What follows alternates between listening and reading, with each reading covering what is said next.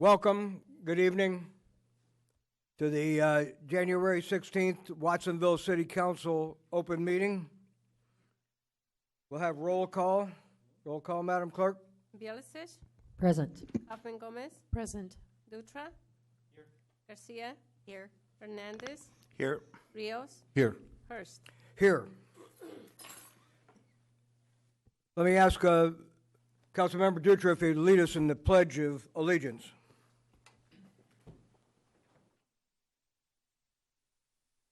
I pledge allegiance to the flag of the United States of America and to the republic for which it stands, one nation, under God, indivisible, with liberty and justice for all. Thank you very much. There is translation service available. I know everybody always loves for me to read the translation services. In fact, it's been specially requested I do so. Para usar los aparatos de translación, let me get the right piece, de aparatos de interpretación en español, tengo un aparato de mesa junto a la caseta de interpretación, préndelo y usa el canal 0. Juega lazo en un cuello con el puente hacia fuera. Si no puede ir, revisa que el aparato está encendido y sin obstrucciones. Solo funciona dentro de la cámara del concilio. Regreso antes de partir. Disculpe, no habla bien español. I think by the end of the year, you will really get it. Thank you. I was really kind of busy trying to fix the agenda and read up on everything, and so I really forgot about that at all at my practicing up, and I'll get a little better, I hope. Thank you. Thanks to everybody for their patience. On our agenda this evening, we have informational items, report of disbursements, miscellaneous documents and report. And if you don't have an agenda, there are some out in the foyer. I would also point out to you that we have a council department update, and you'll find that very informative, and that's available on our website as well.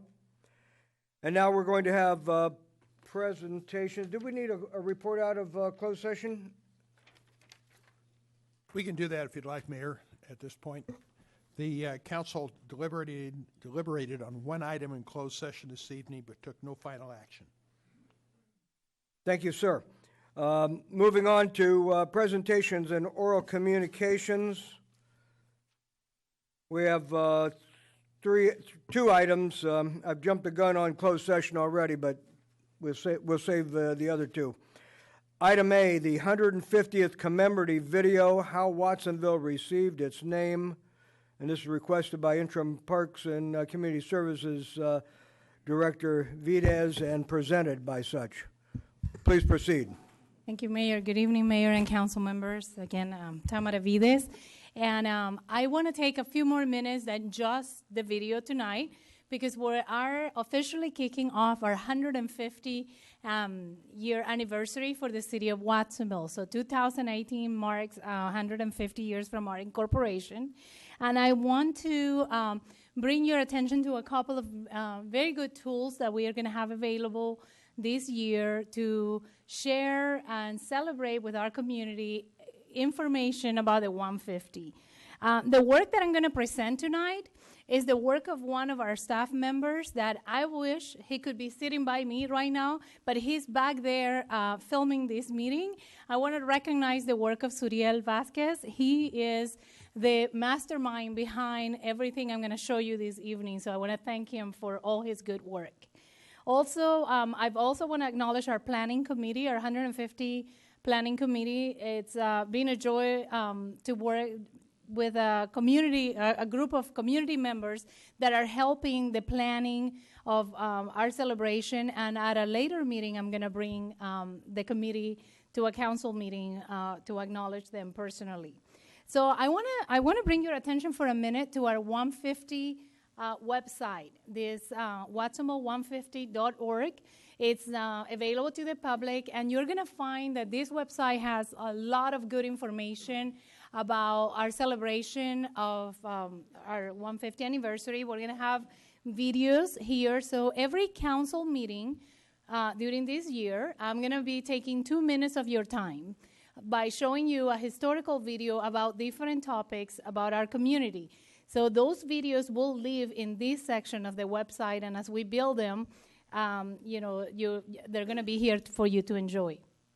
I also want to kind of direct your attention to this walking tour app that we have. It's available for people that have smartphones. They can actually use it downloading an app that is called Pocket Sites.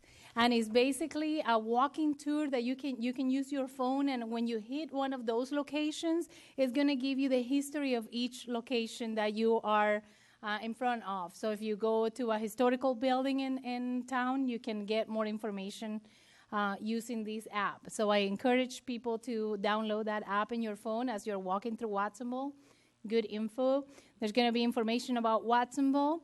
And one of the things that I want to mention tonight that is also something that Suriel has been working on is our Instagram account.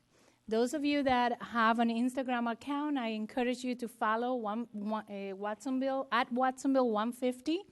It has, we post about every other day information, historical information, so we have lots of pictures in here and a brief history of Watsonville.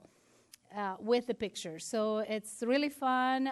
We're getting a lot of people interested in, looking at those pictures. Hold on, I did something. How do I go back? Close it?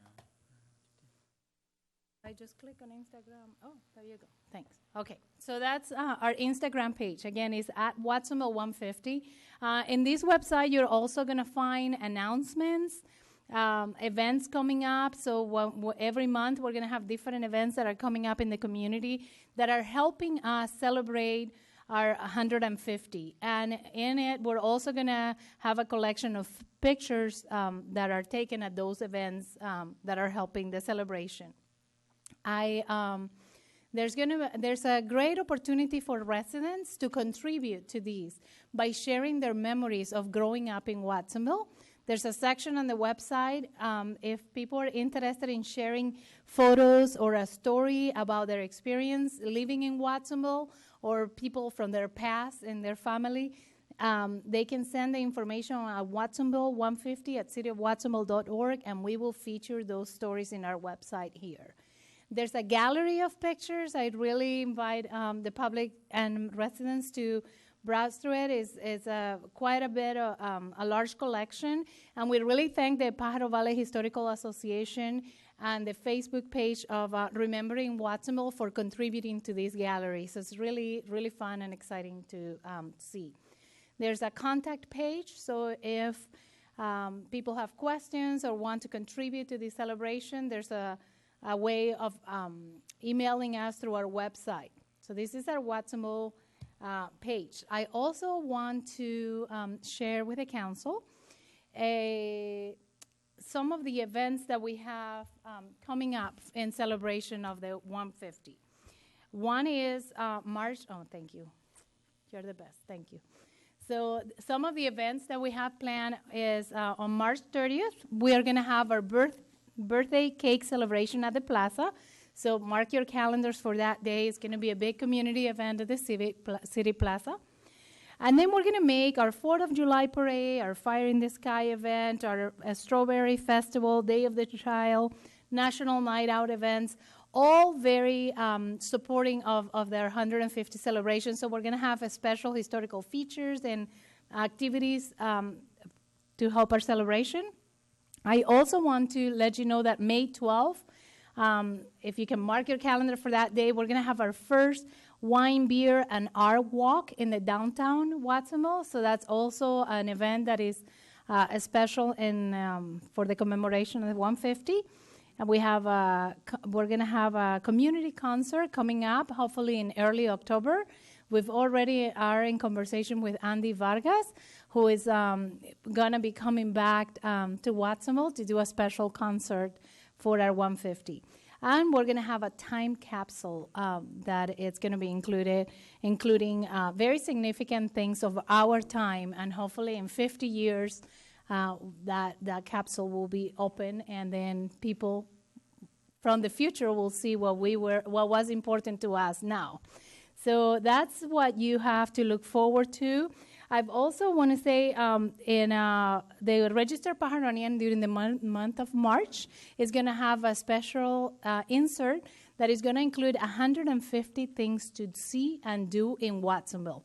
So that's something coming up to look forward to. And now I want to leave you with a video that is about how Watsonville received its name, and it's really 2 minutes.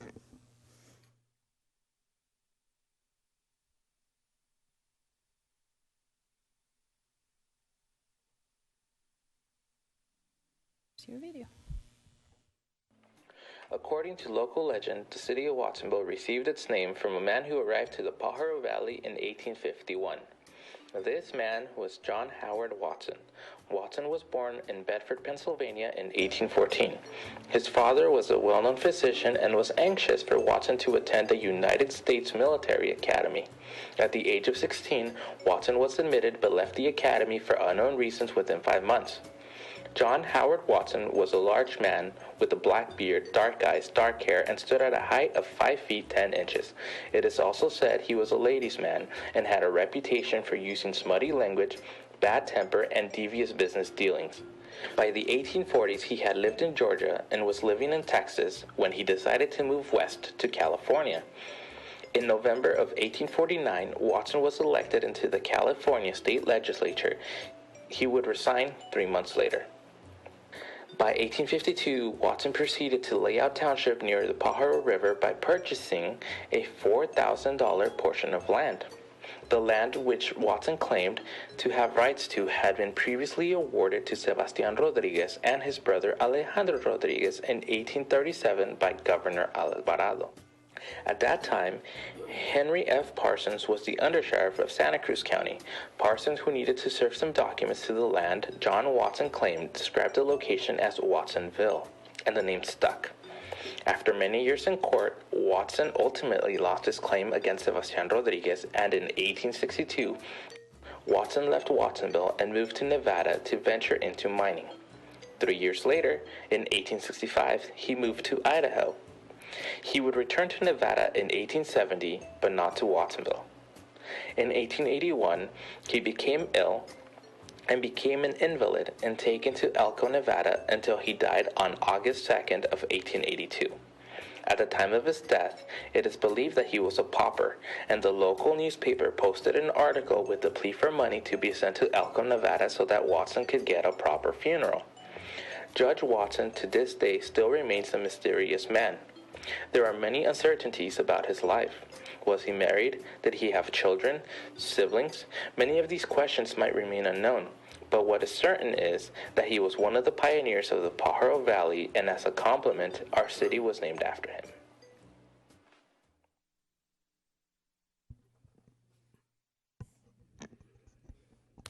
That concludes my presentation. Well, thank you very much. I think we all learned a lot there.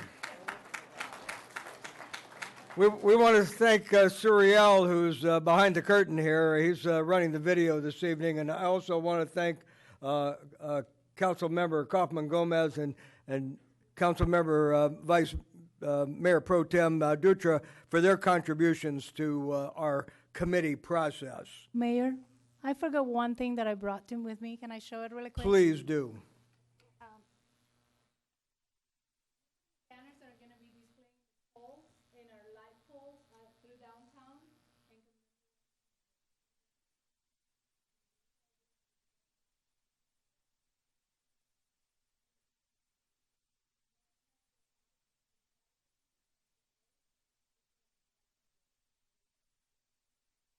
Thank you very much. There's a number of committee people in the community have spent a long time strategizing and coming up with plans and ideas. And of course, we always have lots of plans and ideas. It's the implementation that gets to the tough spot.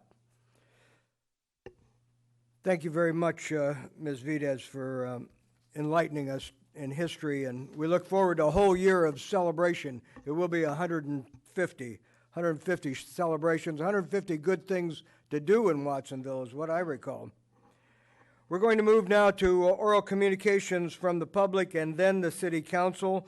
You'll have 3 minutes at the microphone for items that are not on our agenda, and we're going to get to our rest of our agendas as quick as we can. So anyone with items not on our agenda, this is the time to approach the mic.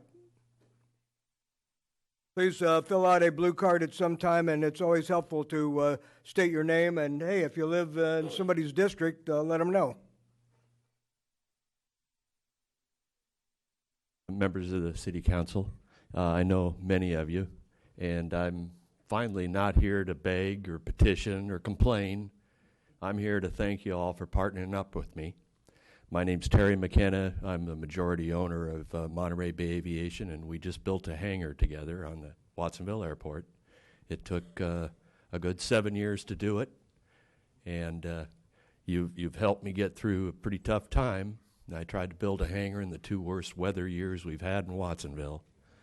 But it is complete, and I look forward to seeing you out there and for Fire in the Sky Day again, or Fire in the Field, however it ends up. And and also wanted to thank Rayvon Williams for really helping me get through this and being my liaison with the City Council. He's done a good job for me. And so we'll start off with a big thank you. Thank you. Thank you, Mr. McKenna. Many of us know that you've been there at that a long time, and we're glad to see a completion and a fruition. We wish you the very best of luck. Thanks for making Watsonville and our airport a special spot. Next speaker, please. Good evening, Mayor, City Council members. Happy New Year. And I look forward to all the events that we will have in the city. It's pretty exciting. I'm very disappointed how we got our name, though. It just seems like for somebody who spent, maybe about 3 years in Watsonville, got a town name after him. Can I get a street name after me, Mr. Councilmember Rios? But anyways, what I wanted to say is an ask, really. I would like to ask City Council members and city staff to please use your influence and your network when it comes to advocating for the rail. Other cities are discussing the rail, and it seems like they're not including the whole county, and so they're making decisions based on their own area, but without really looking at how the impact will affect us in Watsonville. With the majority of the workforce living here in Watsonville and having to travel to Santa Cruz, I believe that it's extremely important for us to advocate for the rail, and it's just one of the many solutions, because I know that if we start traveling through neighborhoods throughout Aptos, Santa Cruz, Live Oak, those areas, neighbors will be upset, and it won't improve the transportation issue that we have, the traffic issue. I would like to also thank Susie, for the director of the planning department, who was also at the Capitola City Council meeting, and City Council member Hernandez and myself to speak on behalf of the rail. And I believe most of the residents in Watsonville would really appreciate a rail. Thank you. Thank you very much, Ms. Sarmiento. Next speaker, please. Good evening, Council. My name is Barry Scott. I live in Aptos, but I do all my shopping in Watsonville. I want to thank the Council for taking advantage of a ride on the Daisy. Mayor Hurst and Kaufman Gomez and Felipe Hernandez came with us on a train, and I hope you all saw the news piece. We brought a KION news person with us to prove that this is an active rail. line, and it's a wonderful experience to go from here to there with not a single bit of traffic congestion. I'm really passionate about this because I know that we bought this rail line with state money dedicated to rail transit development, and we stand right now at a time when an aggressive, I would call it even, certainly an optimistic and well-funded state rail plan has been released, a draft Caltrans state rail plan that aims to move trips from highways to rail. On their map is our rail line. Now, again, that's a live rail line. I thank this council because I'm confident that you're going to stay on track with the prior resolution that you adopted, I believe, unanimously in support of the rail trail that leaves the tracks. If you've been watching the news, you know that Scotts Valley voted 3-2 after a 40-minute exclusive presentation from Greenway, voted 3-2 to endorse Greenway, to remove the tracks. The tracks belong to the state of California. They belong to Watsonville, and they have so much potential for doing wonderful things for families, especially in the south part of the county. And on Thursday, the RTC will be voting to support or not support the recommendation, staff recommendation, to pursue negotiations with a new carrier. You know, we have Iowa Pacific stepping out. We have to replace them, and Progressive Rail has been identified as the best candidate to pursue replacement services for our freight and occasional passenger rail service. If we don't find a replacement, we may lose that track. If it falls out of activity, it could go away forever. So I hope that you'll consider writing a letter of support individually or as a council to the RTC supporting the staff recommendations. Thank you.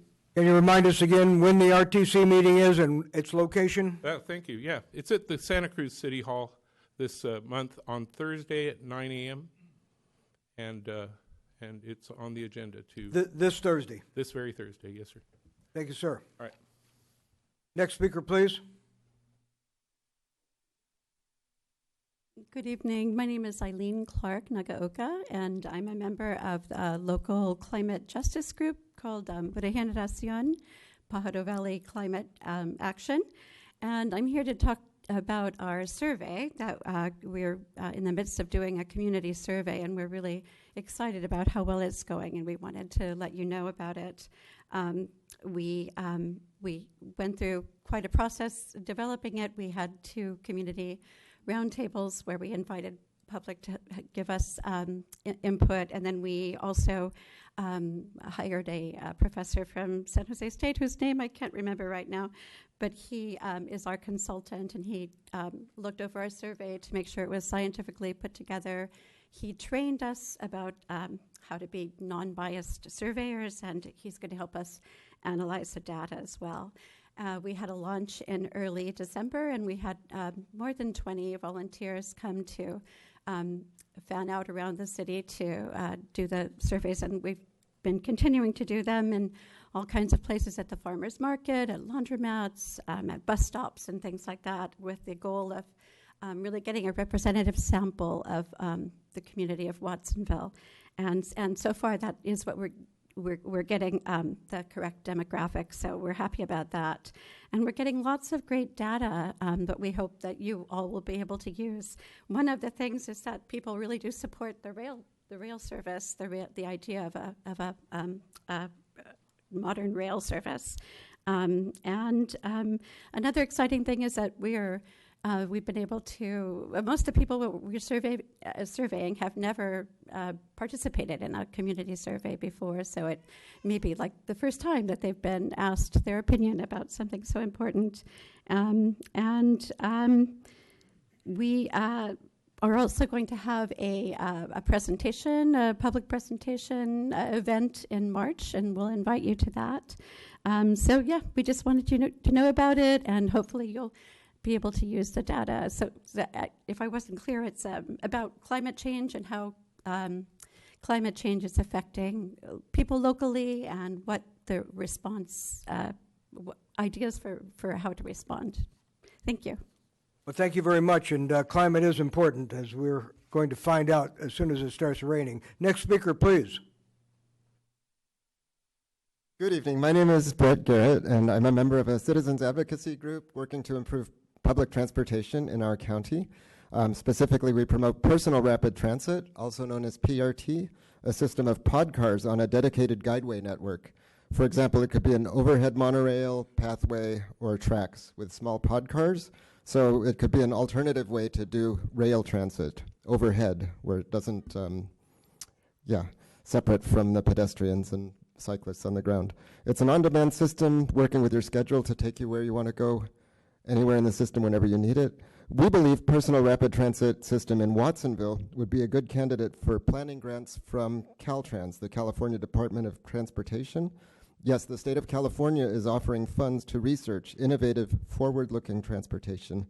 The grants are specifically favoring state-identified disadvantaged communities, including a large part of Watsonville. We've already begun working on grant applications, and we hope to work with you to create a project that will enhance transportation in Santa Cruz County and specifically in the city of Watsonville. And we'll have a few more, there's a couple other people from our group here tonight, and we'll have a couple more comments when it comes up in the agenda for climate change issues and also safety issues, which are very relevant to personal rapid transit. Thank you. Thank you very much. Yes, I have had some conversations regarding that, and it's an interesting concept. Could we have the next speaker, please? Thank you so much. Good evening, Mayor Hurst and members of our council. First, I wanted to say thank you to Regeneration Pajaro Valley Climate Action. We also, as a city, have been partnering, had the opportunity to comment on their survey and have had it at our nature center during their surveying time.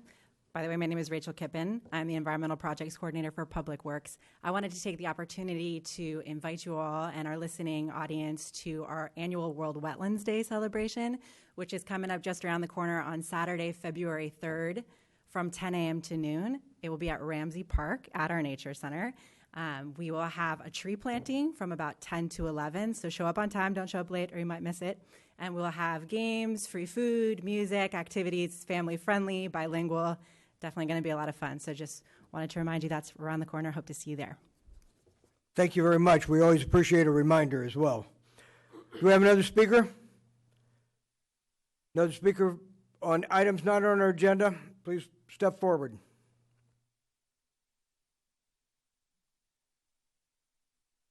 Good evening, council members. My name is Paul DeWorkin. I'm with Monterey Bay Murals. I am coming to you guys to express my willingness to want to continue to collaborate with you guys, especially on the 150th celebration.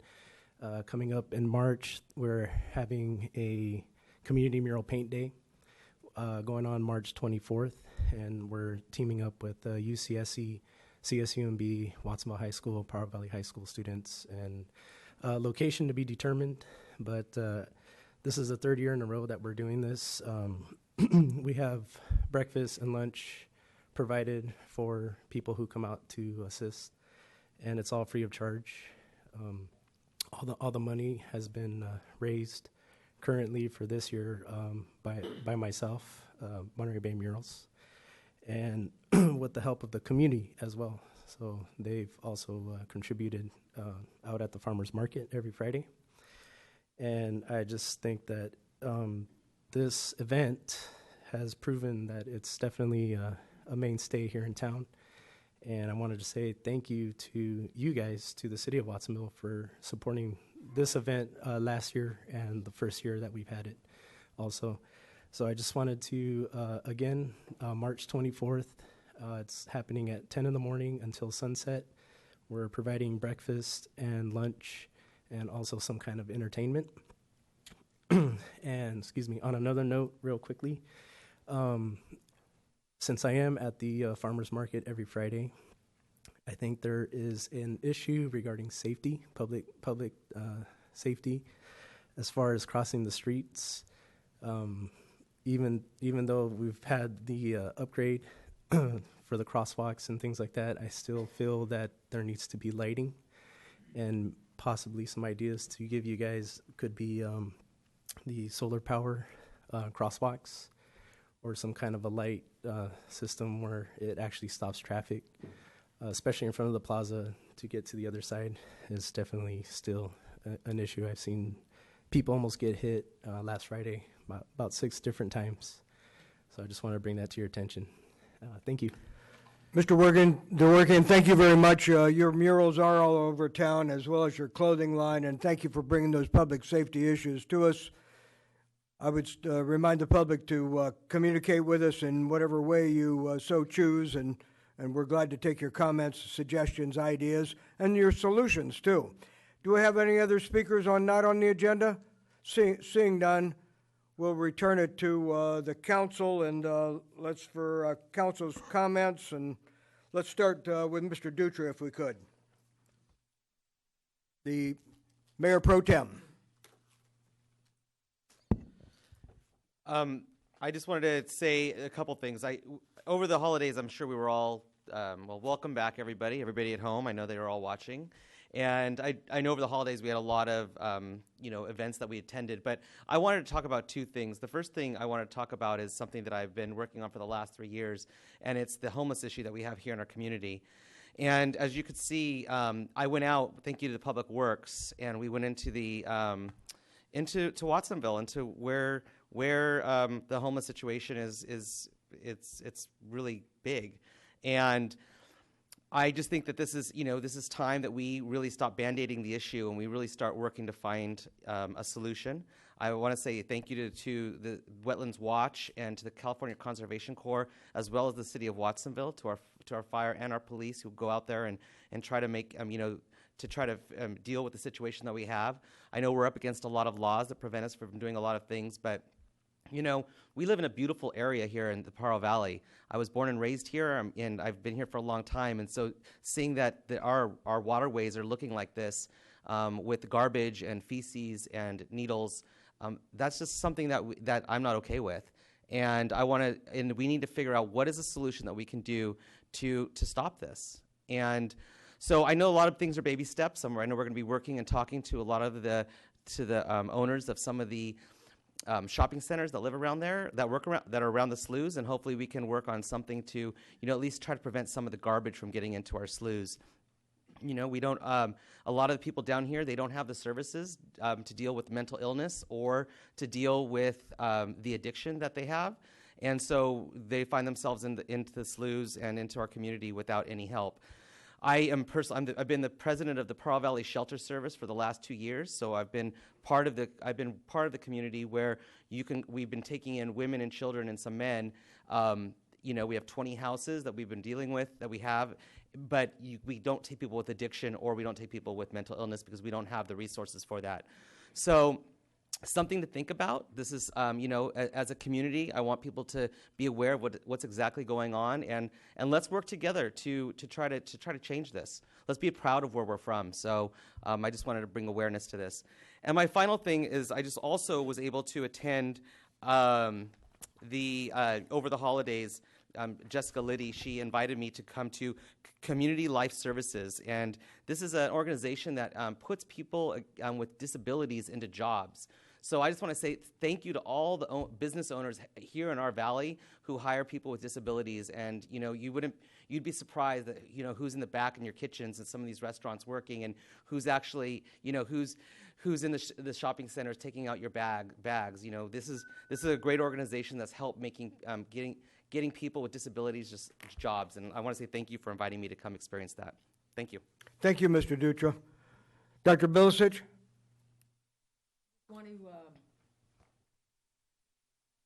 Just want to wish everybody a Happy New Year. Here we are in 2018. I think many people had a nice holiday, some maybe not as fortunate as others, and a lot of different people helped others. And I thought that's really nice to see in our community how many people do help in various ways, working at the food bank, working in just giving. We have a great community that helps so many others. And the other thing is, Mr. DeWorkin, when he spoke about these crosswalks, I think as pedestrians, we need to be very careful too. The cars can't just stop on a dime. But I also think we need more lighting. And I think we've talked about that as a council. I think Public Works is working on that with grants. And I hope that we see it sooner than later, because we don't need any more people hit It's very, very dangerous. It's dark out there. It's hard to see people. But people, we need to be, when we're crossing streets, we need to really look for cars too. It's not automatic that the cars are just going to stop.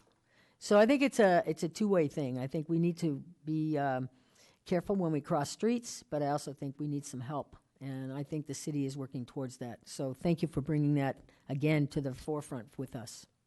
That concludes my remarks. Well said, and thank you very much. Ms. Thank Kaufman you. Gomez? Thank you, Mayor. A few things I'm going to tell you about are advanced items that you can be placing them on your agenda. One of them is ACOPA's putting together an immigration civic academy, and this will be held at the Methodist Church on Stanford, and it's going to bring in a couple different church faith-based organizations and talk about the immigration from different cultures. The other thing is the Takeout, which are the members of the Pajaro Valley Gallery, Art Gallery, will be displaying their works. The gallery opens up with a new exhibit as of tomorrow. This is local artists in your community here that have some of their works on display and that are for sale. It supports this organization as well as local artists. Another one is I'd like to also congratulate Annie from Annie Glass. She is being honored at the Monterey Bay Business Hall of Fame, and that will be coming up here shortly. So congratulations, Annie, for all of the work you've done. Put Watsonville on the map for our Annie Glass facility we have down here on Riverside. And the fourth item is the Chamber of Commerce. This is our initial kickoff that will happen for the beginning of our celebration for our 150th, and that's the last Saturday of this month. We will be honoring Man of the Year for Harry Wiggins. Woman of the Year is Mary Bannister. Lifetime Achievement is going to be John Kegabind. We also will have our city event, which is Fire in the Sky, is one of the events of the year that will be honored. And it's just a good community celebration, and all of us play a part in that, and the invitation is there until they've sold out their tickets. So that's my presentation for this evening. Thank you very much. Councilmember Garcia. Happy New Year to all. I believe really that 2018 is going to bring joy to all of us. I only have one thing to report tonight. On tonight's agenda, we have an item on cannabis. However, I want to share information with you regarding cannabis aside from the agenda item. As you know, for over 4 years now, I have been using medical marijuana or cannabis cream on my right foot because I have major arthritis or severe arthritis on that foot, and it has helped me tremendously. I don't limp anymore because of that cannabis.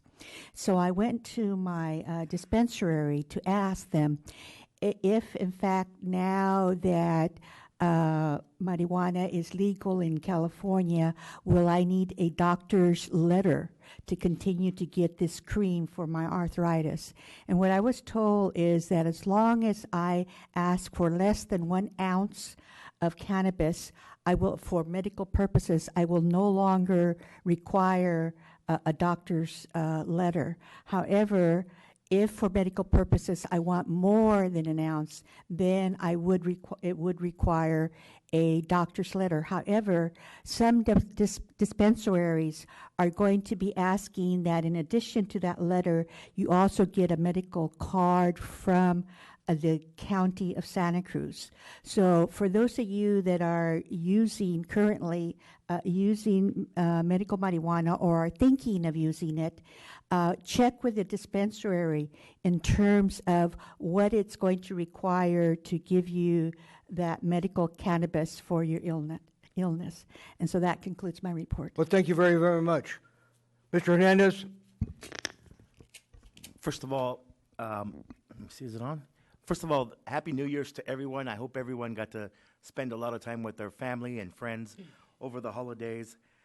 You know, it's always good to have a full house here, so I want to thank everyone for being here. I want to thank all the folks that did public comment, and thank you for being part of local government. That's engagement at its finest, so thank you guys for being part of local government.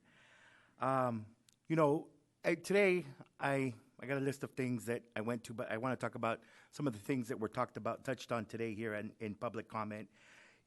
First of all, I look forward to that Progressive Rail, that meeting with the RTC this coming Thursday, and I really want to encourage folks to attend the meeting. I'd like to see if at some point the City Council can readopt the rail trail resolution that we had done in the past. And I think that, when you bring up these issues like transportation, rail trail, I think these are regional issues. They affect the entire region. So we need to talk about these issues and gain some type of agreement through a regional consensus. And I think that, not just transportation, but we need to collaborate on everything, right? Transportation.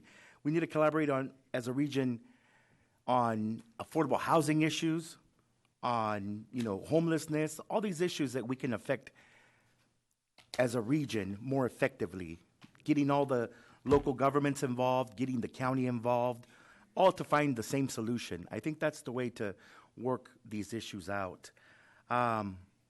We can't work as isolated islands. We need to work together.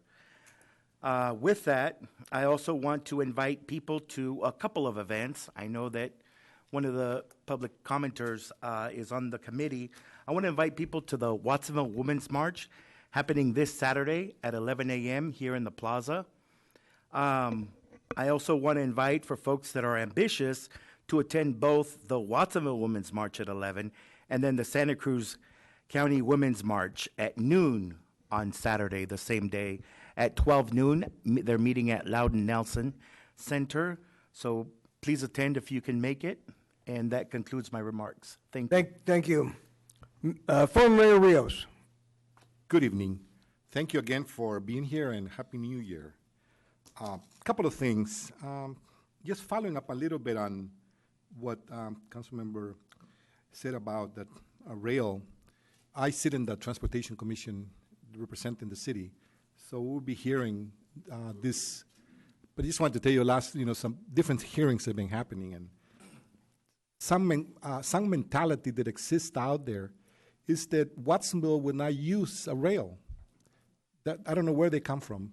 One comment that somebody said in one of the meetings said, "Why would I go to Watsonville, to eat Mexican food?" I said, wow. So they have a stereotype that Watsonville is an isolated area. Remember, we're going to be, by the time the next census, we're probably going to be 60,000 people here. So we're going to be one of the largest cities in the county. So rail is important. So we're going to keep looking into this discussion. A couple of things, if you haven't been to the Coffeeville, please do. It's one of our coffee places that is happening. I just have to say it, that their coffee is good. And I really encourage you to pass by there, and they have some good bargains. We were also, some of us were able to attend the 110 celebration at the Buddhist temple here in Watsonville. And they had a New Year's luncheon. It was really excited to have an organization that's been here 110 years and continues to be here. Interesting, the transition that some of the young generation are leaving town, like a lot of our young generations, because there's a really lack of jobs, and housing is so expensive here. So it's something that we have to work on more on that. Also, tomorrow I'm going to be having some reporters are coming. They will be reporting what we're doing here in Watsonville, and these reporters are going to be reporting not only through United States, but also through Latin America. So Watsonville, again, is coming to the map and showing the good things that's going on in Watsonville. We live in a beautiful, beautiful town, in a beautiful area, in a beautiful Monterey Bay. Thank you for the wonderful presentation that was given to us, and we're going to be celebrating more. My last comment, really, again, in celebration of Martin Luther King yesterday and what he stood for, definitely slaps in the face to what is going on today. And what we're seeing from top down reminds me, our name to our president on what he is, and the Watsonville guy, okay? And so, it's really sad to see what is taking place with DACA students. and the DACA people that are here, the youth people, and also the TPS, temporary permits. Those also are being attacked. We had a press conference here a couple of weeks ago with Congressman Jimmy Panetta. But these are the kind of things that we're seeing more and more, and it's really sad to see that our government is really intensifying more deportation. I know that we need to have security and safety, but it cannot be in the expense of a lot of folks that are doing and contributing to our country and to our economy. So I want to just again see that this year we continue to go forward, work together. Last year was an exciting year. I want to thank everybody for giving me the opportunity to work with you and represent you as the mayor.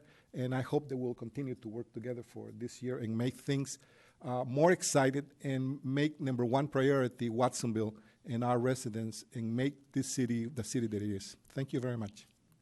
Thank you, Mr. Rios, and thank you for your last year of leadership. Not your last year, I hope, but last year of leadership. It was a good year, and so we're going to celebrate a new year, and to kick it off, my day of service yesterday, and I take Martin Luther King's birthday pretty seriously because I was a college student when he was assassinated, and I happened to be going to Florida through Tennessee for spring break, of course, and the turmoil that occurred with his assassination, a very sad day. So I spent the day writing cards to sick children for Jacob's Heart, the cancer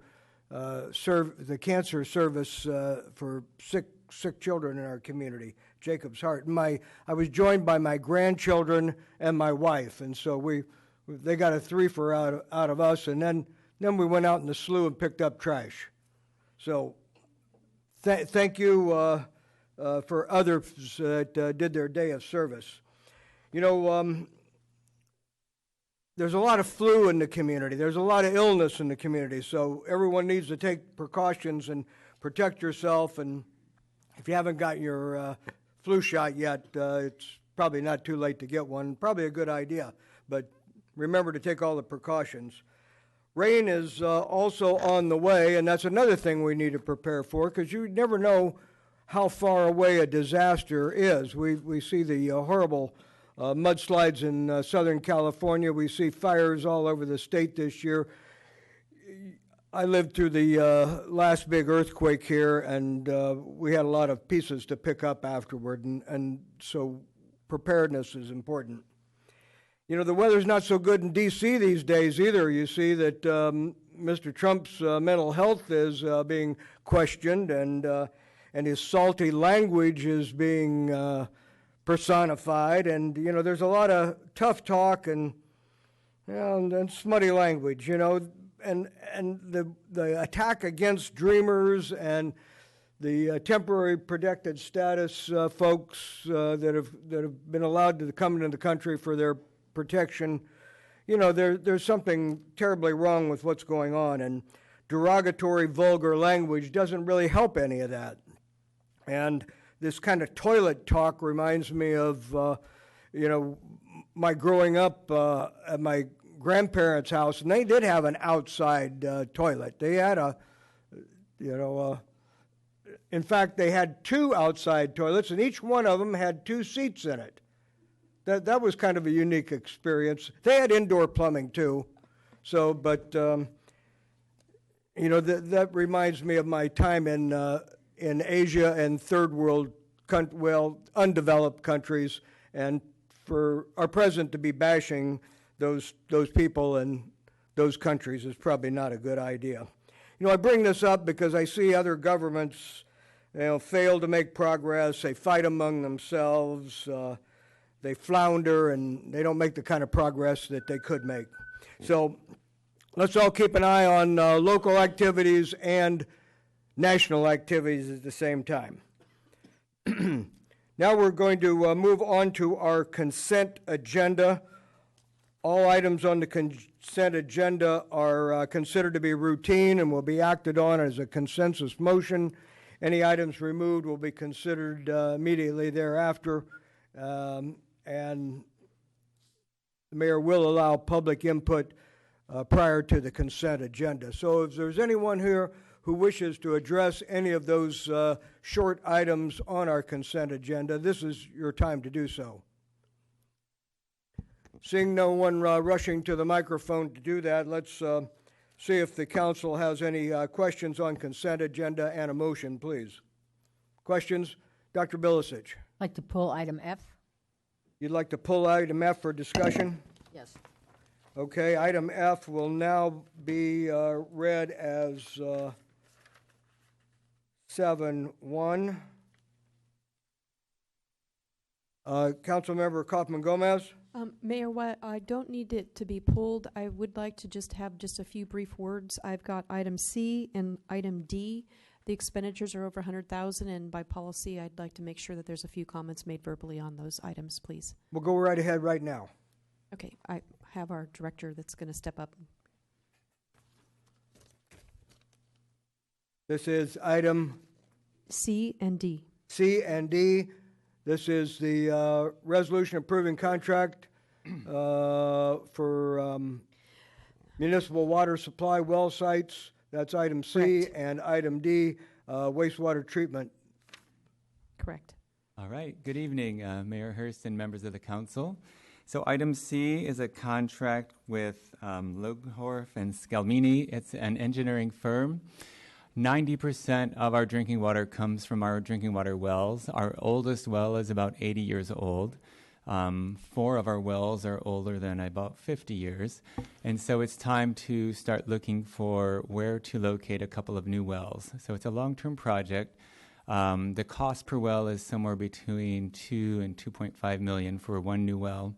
So this part of the study is just to help us identify, looking at the groundwater hydrogeology, where are the good places, where are the best places to locate a well.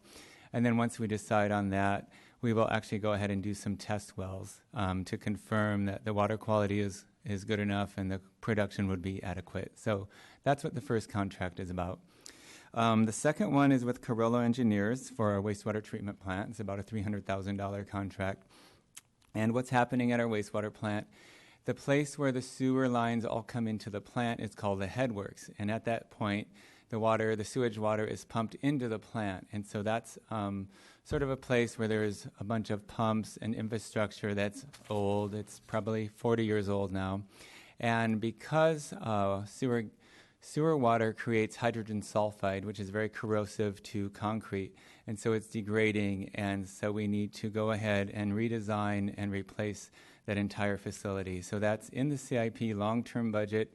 It's going to be about a $4 million project probably, and probably will go out to bid in a year and start constructing the year after. So those are what those two infrastructure projects are about. So some big projects coming down the line.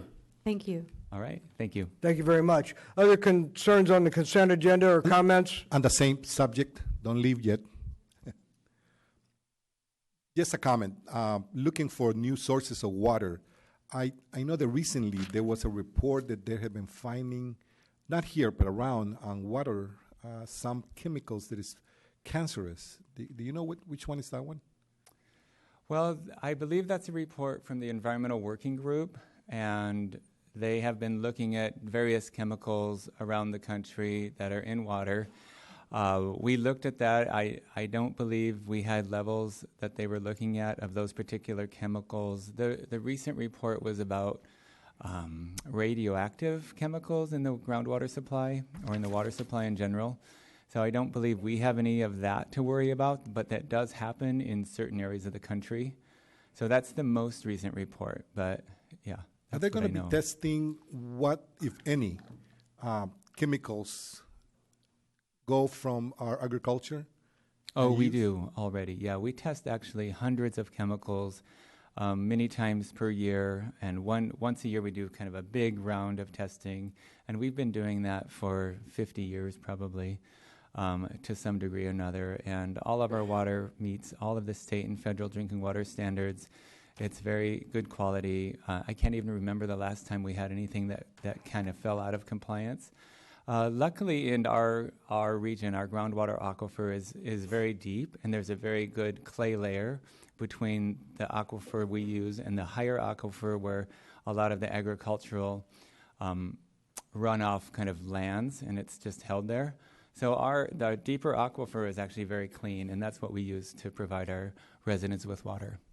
Thank you. And just last, it's not a question, just a comment that if anyone out there is looking for careers, they should look into this kind of engineering because the pay is really good.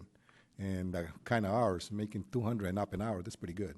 Yeah. So look into this kind of jobs. Out there, students looking for a career and they don't know what to do. Okay? Thank you. Great. Thank you. Thank you very much. Not seeing any more comments on the questions on the consent agenda. Can I have a motion, please? Motion? I'll second the motion. Motion by Rios, second by Kaufman Gomez to approve the consent agenda. Roll call, please. Bielicic? Yes. Kaufman Gomez? Yes. Dutra? Yes. Garcia? Yes. Hernandez? Yes. Rios? Yes. Hurst? Yes. Now on to the pulled item. That was item F. This is the appointments. Councilmember Bielicic? Yes, I wanted to speak to the intergovernmental relations appointments. I feel that I'm in a unique role in the fact that I've been on the city council and also work with the school district, that I could enhance a lot of things that have been discussed in the past. I think my role is unique, especially since I'm a current employee and I think I have the most experience with the district. I know that you, as the mayor, have also had that opportunity when you've been on council and been worked with the district. I am somewhat concerned because there's always been a courtesy when I know that it's a mayor's prerogative to move people around, but it's always been a courtesy that there's been a discussion with the people that are on committees, talking to them. There was no dialogue until late today, and actually we didn't have dialogue, you left a message. But I feel like you have, now that there's not even a woman on that group, and I don't think it's a good representation. Well, thank you, Dr. Bielicic. You know, you have been on that committee for a long time, and we do struggle with the school district. In fact, the last time I was at the school board meeting, they publicly said that we did not have a good relationship with them. And so I'm out to try and build a better relationship with the school district, and we think that this change will assist us in some way.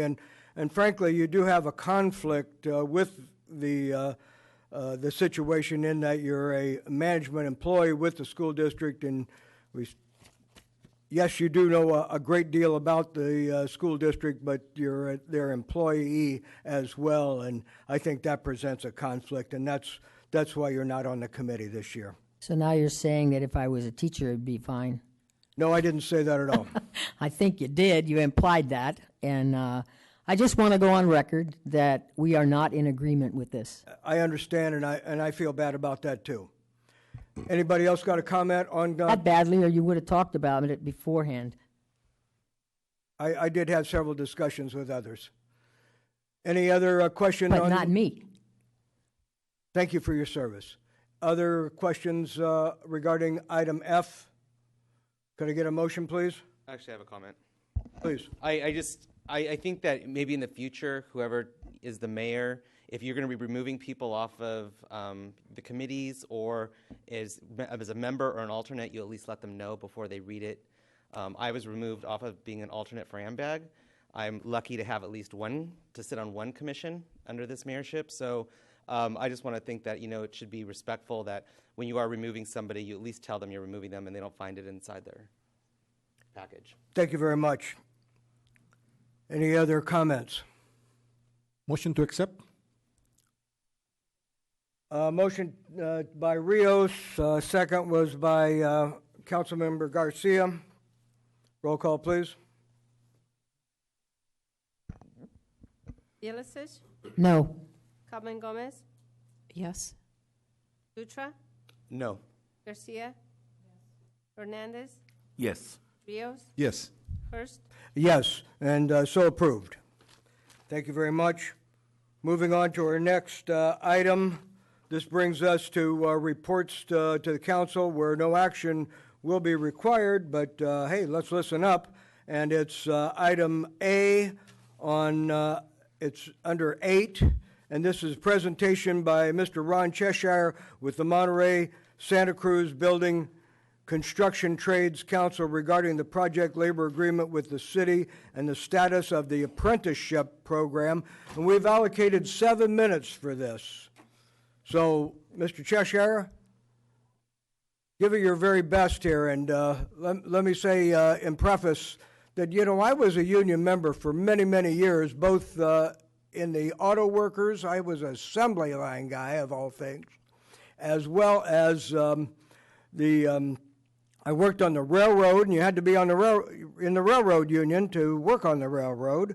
And, of course, it's well known that I was a teacher and a member of the teachers union as well. So school us on building trades. Well, Happy New Year and good evening, Mayor, City Council members and staff. Ron Cheshire with the Monterey Santa Cruz Building Construction Trades Council. Before I get started this evening, I'd like to introduce you to someone. I'd like to introduce you to the most professional, skilled people in the industry, your citizens, the citizens of Watsonville. Journeymen and apprentices, will you please stand?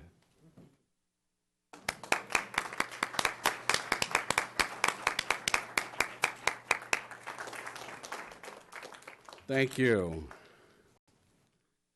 I have given you a copy of my presentation. I really don't want to go through it verbatim, but basically, every year, mid-year, around June, I receive information from the Department of Apprenticeship Standards in regards to all apprenticeships in the state of California for the Monterey and Santa Cruz County areas, okay? And that just doesn't only include construction, it includes firefighting, highway patrol, PG&E, whether you want to be a butcher, a cosmetologist, or whatever, all apprenticeships that are in this area. What we do is we take and separate out the construction information. And what you have before you this evening are figures from the Watsonville zip codes of 95076, 077, and of course they surround the Freedom area, the 95019 zip codes. And we have used those traditionally in regards to our presentations. 358 apprentices are registered at that, were registered at that time in Santa Cruz County. Of that, 337 of them were in union programs and 21 were in non-union programs. 94% of the apprenticeship that takes place in Santa Cruz County is done by union programs who spend millions of dollars to train individuals to be the most professional and skilled in their trades. Of the 358 or so, 173 apprentices, 173, 48.3% are from the city of Watsonville, or these areas, not exactly the city, your zip codes that we've talked about. Almost half the apprentices in Santa Cruz County come from the Watsonville area. Of this, 163 are in union programs and 10 are in non-union programs. The 10 in the non-union programs are in roofing and electricians, 6 in roofing, 4 in electrical. I would say that in the trades that we don't care who you are, where you're from, or anything, but I'm going to rephrase this in a different way, is we do care. We care that you're a human being and that you're dedicated to doing the best and learning the most and being the most proficient in your trade. We don't discriminate. We have equal pay, and we do what's right for all individuals. Since we entered into the project labor agreement 3 years ago, we've only had about 2 projects. I got a list from the city. We've had about 2 projects that have totaled about $3 million and they weren't large. It was the Manana Sewer Project and the Freedom Boulevard Project. And we're glad for your support. And I would say at this time that did not present a lot of opportunity, but we didn't get into this relationship or partnership for that. We're partnering up with the city of Watsonville to do right by your citizens. And what we've done in the last 3 years is we have increased the amount of apprentices in this area and brought more people into the trades so they could basically learn a trade or a craft, and they can become beneficial citizens and good community members. That's what this is all about. We hope that in the future there are more opportunities, but we'll see what takes place. We've entered into an agreement with you, and we're going to honor that agreement. What we have done over the last 3 years is we have had some relationships that we've entered into. We had a tri-county relationship, Prop 39 funds. We had classes in Monterey County, Santa Cruz County, San Benito County. We had them in Pacific Grove, Watsonville, and Hollister. We had 51 pre-apprentices come in to learn what the trades are about and hopefully make a decision to getting into the trades. 12 of the 51 were out of Watsonville. We have we've had conversations with the Pajaro Valley Unified School District, with the superintendent, and at one time we had met with the Community Action Board of Santa Cruz County, and we were hoping to get a grant, but when I wrote the presentation, we hadn't received word yet that that application was not accepted. But we will continue to work with anyone in the community. And we also now, just here within just the last couple weeks, it has been announced that we have had an extension of the program that I just told you about with the workforce investment boards. And we're going to do another round of that. And we'll be looking forward to working with the people in your community and bringing more opportunities for those individuals to hopefully get into a trade. So that is pretty much it. You see, you've seen the charts there before you. We present them here to the public. And again, it's the devil's in the details. The figures are here. You're doing well. We're doing well. And we look forward to a continued relationship with the city of Watsonville to basically identify, educate, and recruit individuals from your communities here and teach them a trade and let them go on and basically become good citizens.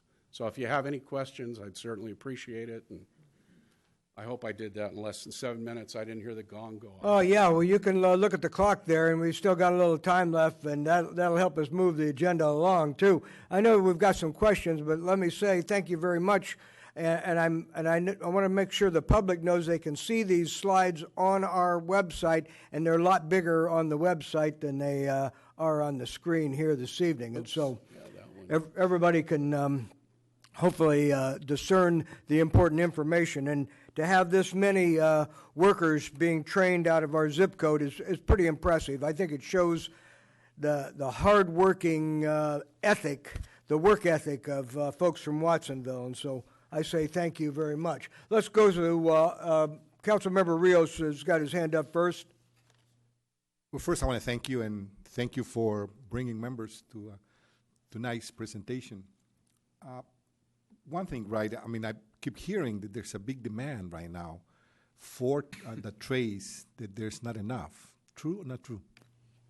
Well, there's a big demand because construction is cyclical, and we're in a good cycle at this time. There's a lot of activity to the north of us, the Bay Area, the high-tech industry and such, the financial areas up in San Francisco. They're going great guns, and so basically what's taken place is during the economic downturn that we had, a lot of people left the trades, but people are coming back in. And when you lose a certain amount of talent, it takes time to replace it. and we're in the process of doing that. So people are interested. They're coming in. If you wanted somebody to fix your porch right now, you might have a little trouble finding somebody. But for what is taking place, we're able to provide the workers to do the jobs. Also, I know that there are quite a few trade workers from the trade that travel from here to the Bay Area, because I know that I met some of them, and it was amazing that they're having to travel, getting up at 4 o'clock in the morning, so they can leave and then come back to avoid the traffic. I mean, so there are people here living in Watsonville that travel to the whole Bay Area. I had Yes, and they're bringing the bacon home to Watsonville. It's right, and we like the pig here. There was a company, I will not mention the name, that sent me a letter complaining that the reason that the company doesn't bid for jobs in our city is because of our relationship that we have with building trades and the whole labor agreement that we have here. What do you say to that? Well, it's a little difficult. I mean, when someone's philosophically opposed to people coming together and collectively bargaining for their wages and benefits, I don't exactly know what to say. I think it's a human right for people to be able to come together and do that. If he doesn't want to bid on it, that's his problem. You have other people that will. Thank you. I have, my son and my grandsons they're both in the building trades in San Francisco, and I know what they go through and what also their confrontations that they have.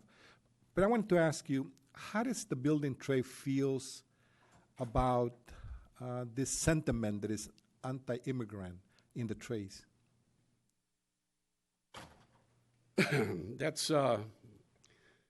That's something that's basically a problem throughout our country, Councilmember Rios. And I don't think amongst the professionals that there's an anti-sentiment in regards to the workers. I think there is disappointment with the fact that some individuals will work for less and maybe undercut the standards that have been set. And I mean, it's hard to deal with that. When you set a standard and somebody comes down below, there is a resentment, but the trades is built on immigration and built on hard work. And so, I mean, that's where I want to go with that. No, thank you for that comment, because thank you. Thank you very much. That's all the questions I have. Let's see, Kaufman Gomez was next. Sorry, I wasn't quite so prepared. Thank you, Ron, for your presentation and meeting with Andy earlier. And I also see Glenn that's out there, and I've seen you on a couple occasions this past week. One of which I'll sort of trigger with your demographics of women. I know that our discussion with the women in the glass ballot and the goal of 50 by 2050 on representation in political office, what are you doing to work on that balance with women recruitment in the trades? They make up half the population. It's about one of the most difficult things we do is you have a non-traditional industry, non-traditional jobs, and the trades are doing all they can to attract women. We have a national movement, Women in the Trades, that comes down from the nationals all the way down here locally, and we do as much as we can to recruit women. I mean, these are not only good jobs; these are good careers. And again, we're just trying to break that culture. I mean, actually, there was Rosie the Riveter in the old days, and women can do just anything men can do. Mm-hmm. Okay, I agree. But things have changed, and we're out to we're out to, like I said, break that culture. We're inviting more women. We're out actively recruiting them, but it's very difficult. There are only 4 women actually in the Watsonville area that we've identified, and 6 veterans. We have just as much problem with veterans because we've talked with them, and they want to take usually their GI Bill and go off to school or so. And so veterans and women are difficult to recruit, but we do the best we can. And again, we don't discriminate. We want people that are interested in making the trades a career, regardless of who you are. Thank you. Councilmember Hernandez. So I wanted to ask, do you guys ever participate in like career fairs, job fairs in different areas? Yes, and this year we're going to be doing our own job fairs because a lot of times whenever we go off to job fairs at the schools and such, we sort of get lost in the excitement of the firemen with the jaws of life and other things that really attract the students out there. So, we're looking at basically going to the schools as the trades and bringing our presentation there. I wanted to ask if you guys would be able to participate, and also with our assistant city manager, in any of the further kinds of work that we're going to do with Dole employees. We have like 650 employees that were laid off locally, and it'd be nice if we can get the building trades, to get involved in sort of rehiring or putting folks in apprenticeship programs. And that also goes out to sort of the cannabis industry that's here today too, to participate in that. But would that be possible? Yes, that's a natural. I mean, just people that get displaced or so, if they're interested in the trades, hey, let's go. Let's do it. Thank you. Councilmember Garcia. Hi, Ron. Hi. When I was on the governing board for Cabrillo College, I attempted but failed to convince the board to have academic support to the apprenticeship program. And so my question is, have you had any more conversations with Cabrillo College? We haven't yet, but they're on the list. As junior colleges are basically very high on the list throughout the state in regards to career technical education and such, and getting programs going. We want to get more involved with the educational system here, not only just at the high school level, but the junior high school level and the junior college level. Okay, good. Well, they just hired a new superintendent, and he seems to be a good guy, so make an appointment with him as soon as you can. Thank you. Okay. Thank you. Anyone else with questions for Mr. Cheshire? Dr. Bilicich. Well, not a question. Can I just make a comment, or do you want to wait? No, you go ahead and make your comment. Comment is the trades, I think, are so important in our area. And I know that when I look at our students at the adult school, that's what they're looking for, career technical education, the whole thing. And I appreciate what you're doing so far with the trades, but I think we obviously have a long way to keep going as far as education, because there are good paying jobs with the trades and people need to get more involved. Yes, and let me remind you that it's just actually the last administration, the Obama administration, actually embraced apprenticeship. The current administration embraces apprenticeship, and the Governor Brown, has been a tremendous supporter. And I just hope that continues, because as things change politically, programs change. And we've had some good support. And I think it's come out more and more that the trades are an honorable, good career, a good path to follow. And as long as we have leaders that believe this, then we'll be successful. If we don't, we'll struggle a little bit. Thank you. Mr. Dutra. Thank you. So how is it with high schools? I mean, because I believe that not everybody wants to go to college. So, some people do want to go into the trades. And back when I was going to school, you really didn't have that opportunity. So are the high schools moving more towards giving that opportunity to people to here are a lot of classes that will give you a tool that you can use rather than, you do something that you're not so much wanting to, go in a certain direction? Funding has changed since I was in high school. I graduated from Monterey High in 1969. We had industrial arts. Then it became vocational education. I think it had 2 or 3 other names. Now it's career technical education. It seems like less resources have been allocated at the high school level, and we have some ideas about how to provide exposure to the students at the high schools. Is working a little bit more with them, maybe forming clubs, not introducing or injecting ourselves into the actual curricula that's going on, but having some clubs, taking them to architects, engineers' offices, job sites and such, get them the exposure. When they see things, they can touch a piece of pipe, or they can pick up a hammer and take a whack at a couple nails. Students like that. But I will let you know, the average age of apprenticeship is usually up around the upper 20s, and it even goes into the early 30s for some of the trades.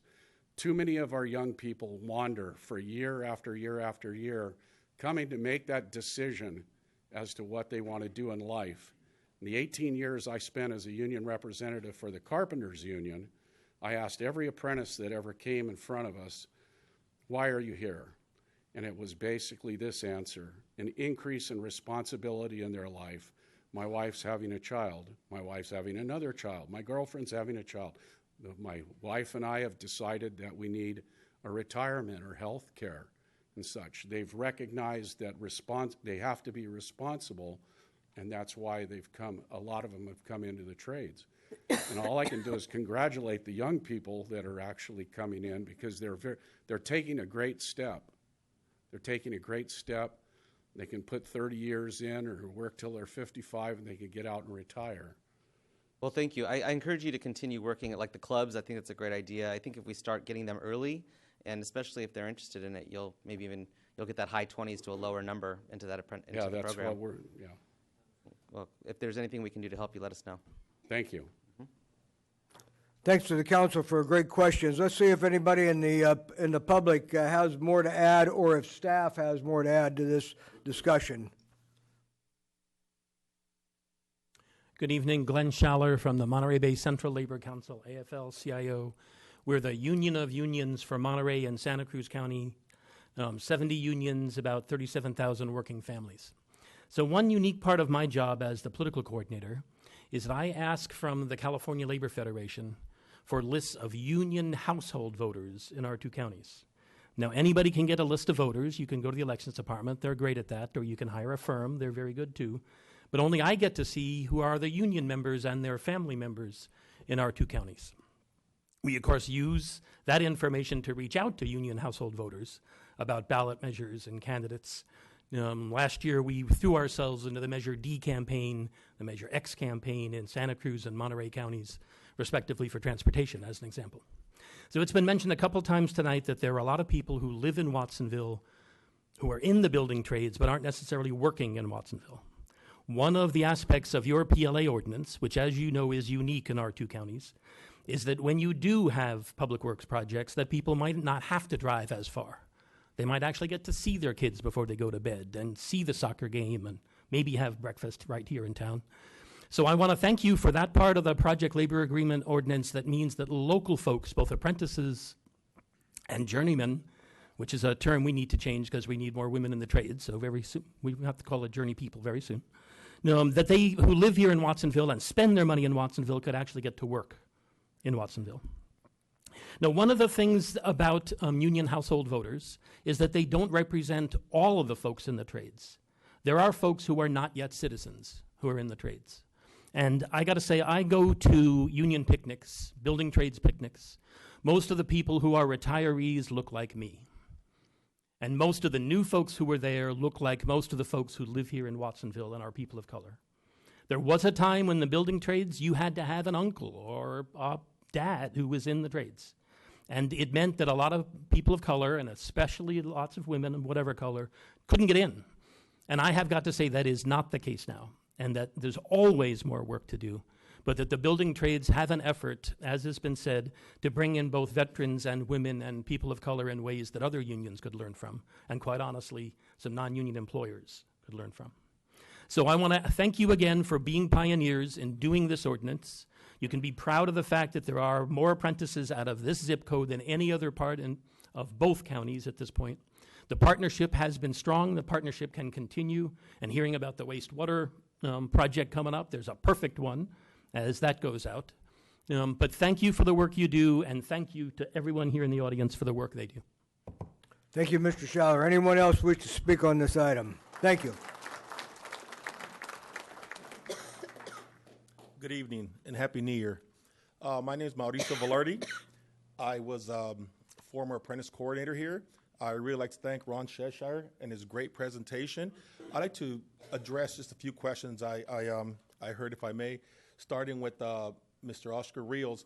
With respect to immigration and so forth, we actually, Steve Flores, he's actually a very, very progressive gentleman. He's a business manager for Local 393 in San Jose, and he partnered with the program called Siren. It's a immigration, it's a immigration rights, and they basically provide legal support for people trying to become citizens. And he's allowed us to use the office there in the buildings to host workshops there. So I hope that helps answer that, as well as Steve MacArthur for the Plumbers, Steamfitters, Local 62 here in Castroville, representing Monterey and Santa Cruz counties. So they do help a lot with that. I'm sure other locals, but I can only speak as to the ones I'm associated with.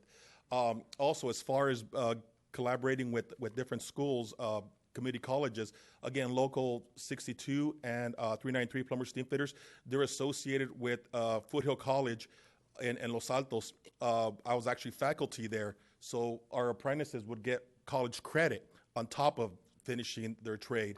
Also, we recruit. I used to go out and go to the Boys and Girls Club. I used to go to the CET. A few of the gentlemen here I recruited from CET, and every time I see them, they thank me. They thank me for getting them in. I didn't do it. They did it. They put the hard work. I just told them where to go. And we do try to recruit women.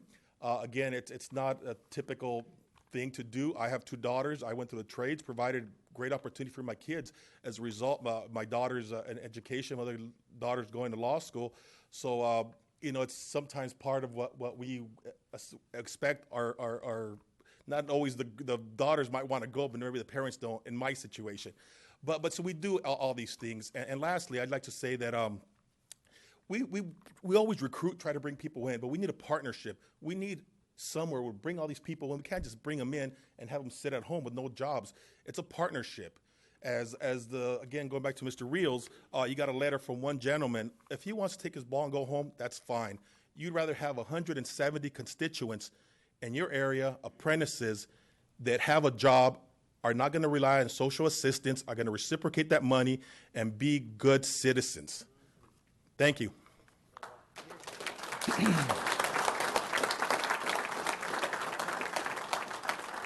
And thank you very much. Another speaker on this? Let's make her short and sweet. Get the job done. All right. Paul Gutierrez. I'm with IBEW Local 234 Electricians Union. And coming here, I thought, what can I say that's going to make an impact in a short period of time? And my grandmother always told me a few things, so I'll start with her. If you fight for what's right, you'll never be wrong. And secondly is, if I had an individual family member that I was looking for a career in the building trades, and I had two options, the union option and the non-union option. So not for other people, but for my own family members, right? What would I choose? Would I choose the employer who's going to give lower standard wage, no medical benefit more than likely, or a high deductible plan, or like the 50% of probably county residents on the social system without small retirement, or would they maybe go into an apprenticeship program where we pay the burden of it, 5 years of education, days, nights in school, days working. 5 years productive journeyman, full benefits, able to retire, no social assistance needed, great paying job to raise a family, send the kids to school, like I've been able to do. I'm only 42. I got 2 kids in college. I've always been in a union, and since I was 18, I got into the apprenticeship program. So it's changed my life, impacted me, and I don't know what I would be doing or where I would be without it. So I know when I'm choosing for my family, I'm choosing the union career and the pathway. Thank you. Thank you very much. I certainly hope there's some high school teachers watching this presentation this evening, and I hope there's some high school students too, and maybe even some school administrators. I forgot to mention that I was in the laborers union as well, and that was really where I learned how to work hard, and the expectations were to dig deep and hurry it up. And so that helped me become a career educator, a vocational agriculture teacher, and now they call it career technical education. But it was all about getting to work. And so we want to let you guys get to work tomorrow, and we say thank you very much. Unless there's something else the council or staff would like to help wrap up with. Councilmember Hernandez. So I want to thank everyone that came here. I want to thank labor, the building trades, for providing a living wage and for providing a better quality of life. It's so that folks like in Watsonville can achieve the American dream, things like purchasing their first home, things like being able to afford a college education for their children. So thank you. Thank you. Thank you again. Staff have any wrap up on this? No, sir. Well, gentlemen, you can stay for the rest of the meeting. We'd like that, because learning should be a two-way street, and we want to pave that street, and we hope it may not be paved with gold, but it's going to be paved with sweat and probably a few tears too. So thank you all for coming this evening. We thought we might go out and provide some economic benefit to the town, so. Yeah, that's good. Yeah. Thank you. Thank you. Real good. Dinner, shop local. We're going to move on to our next agenda item as folks pack up and wrap up. We've still got work to do here. Now we're going to move into our next item. This is item B under reports to council, the Association of Monterey Bay Area Government, that's known as AMBAG. It's an update on Watsonville's community-wide greenhouse gas emissions. We'll have Director Palmisano lead that discussion, and we'll have a chance for council questions and then public input. Who's doing our presentation?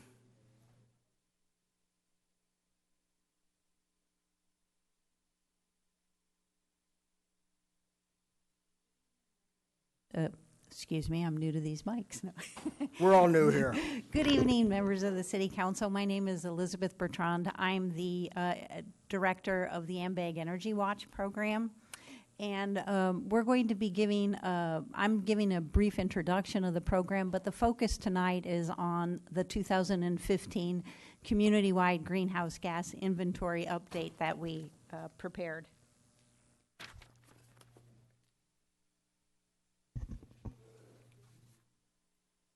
So this is part of what I want to do is just to let you know about the AMBAG Energy Watch program. It started back in 2006 by a unanimous decision, including, of course, the vote of the City of Watsonville, to apply for funding from the California Public Utilities Commission to do energy efficiency in the region. And over the years from 2016 to 2018, those are our statistics. We've reduced energy use by 89.7 million annual kWh from 2006 to 2018.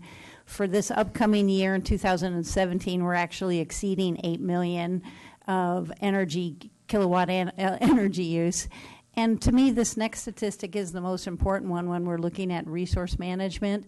We have $72 million saved annually from being spent on energy to be used other ways in the community because we've installed efficient equipment, which is huge. one of the main things that we do for all of our jurisdictions, school districts and special districts, is to overcome the barrier of accessing the funding that you need to do these projects. And towards that end, we've raised 32 million in grants or loans to support energy efficiency across school districts, special districts, and jurisdictions. And one of the areas we've been working on for the last 4 years has been with the state-funded Prop 39 funds for school districts. We provide our services to complete the California Energy Commission grants, to identify the projects, and to help the school districts put the projects out to bid. Out of the entire pot of money that was available, around $31 million, we actually have worked with 76% of it. So the number of school districts we work with is 48 school districts. And so we've done multiple processes with them to raise this money. One of the things that's exciting is when we talk about construction jobs here in our community, the funding alone that we brought in through Prop 39 has created 136 new construction jobs here in the AMBAG region. And with that, I just want to, before I go on to Amory, I just want to talk a little bit about how did this specifically impact the city of Watsonville? What has happened with the city of Watsonville? Well, as you all know, because you were at the Beacon Awards, hosted by the Institute for Local Governments, where Watsonville was recognized as a leader both in greenhouse gas reductions and in energy savings. That was one of the things that AMBAG did for all of our jurisdictions. We made sure that we put all the data that we accumulate for all of our jurisdictions and brought it forward to the state level so that all of our jurisdictions could be recognized in their leadership roles. And then toward that end, we supported Watsonville in accessing funding. So Watsonville has borrowed in excess of $1 million of 0% on-bill financing to do energy efficiency projects. In 2014, we did about a $450,000 energy efficiency update at the wastewater facility, also at the Beach Street and the Civic Center parking garages.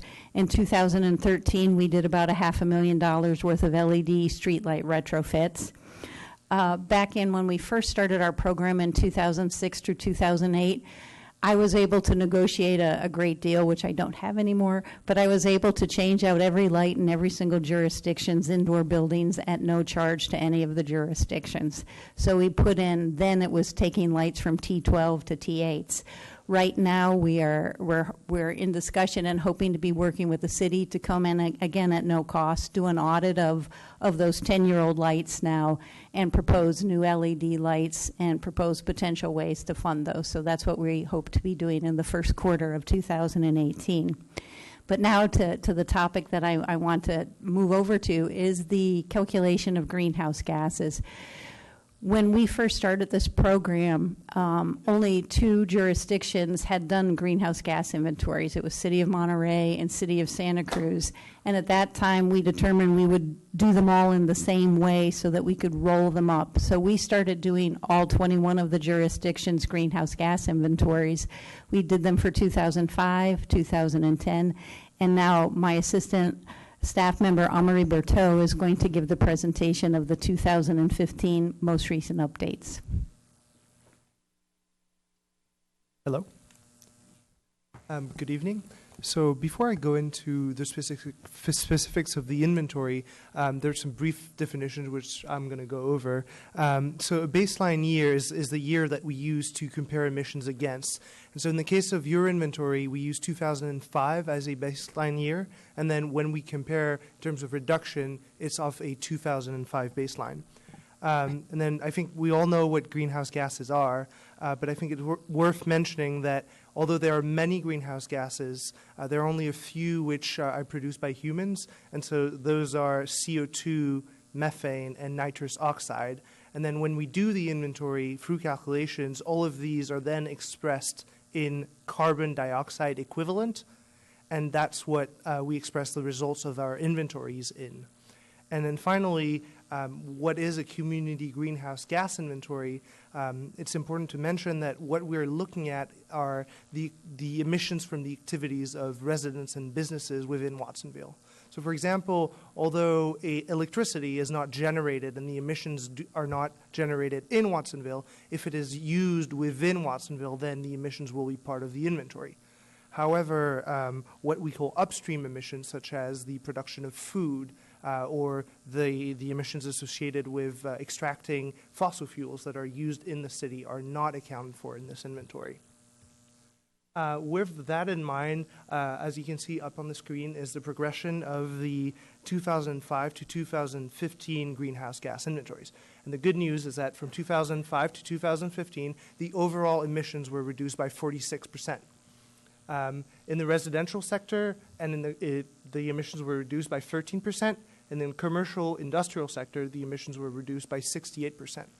These reductions are due to two factors. There was a reduction in energy usage, meaning electricity and natural gas, and then due to electricity becoming cleaner, meaning more renewables entered the generation mix, you see these reductions.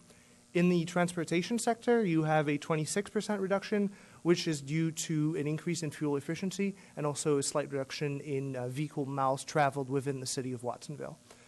Then in the solid waste sector, you have a reduction of 11%, which is due to less waste being sent to landfills. And then finally, in wastewater, you have a reduction of 49%, which is due to a reduction in the flow at the wastewater treatment plant. This is your 2015 emissions accounted for by sectors. Your biggest sector, for 44%, is the transportation sector, and that accounts for all travel within city of Watsonville, local roads. Then we have the residential and commercial industrial sector, so 33% for the commercial industrial and 24% for residential, and that accounts for energy use within homes and businesses. That's both electricity and natural gas.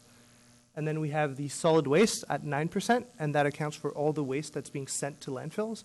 And finally, coming in at 0.2%, the wastewater, and that accounts for the treatment of wastewater from Watsonville.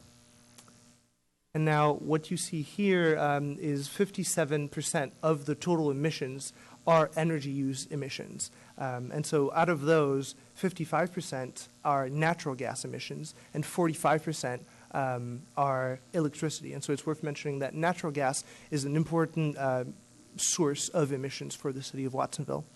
And that concludes my presentations. If you have any questions, please feel free to ask. Well, thank you very much. We're going to take questions from the council now, and then there'll be some opportunity for the public to give us their comments as well. Councilmember Dutra? Thank you. So, did you guys replace all the lights that are going like over or down street lights? Is that what you're talking about with the LED? What program did you have with the city? We did, well, two.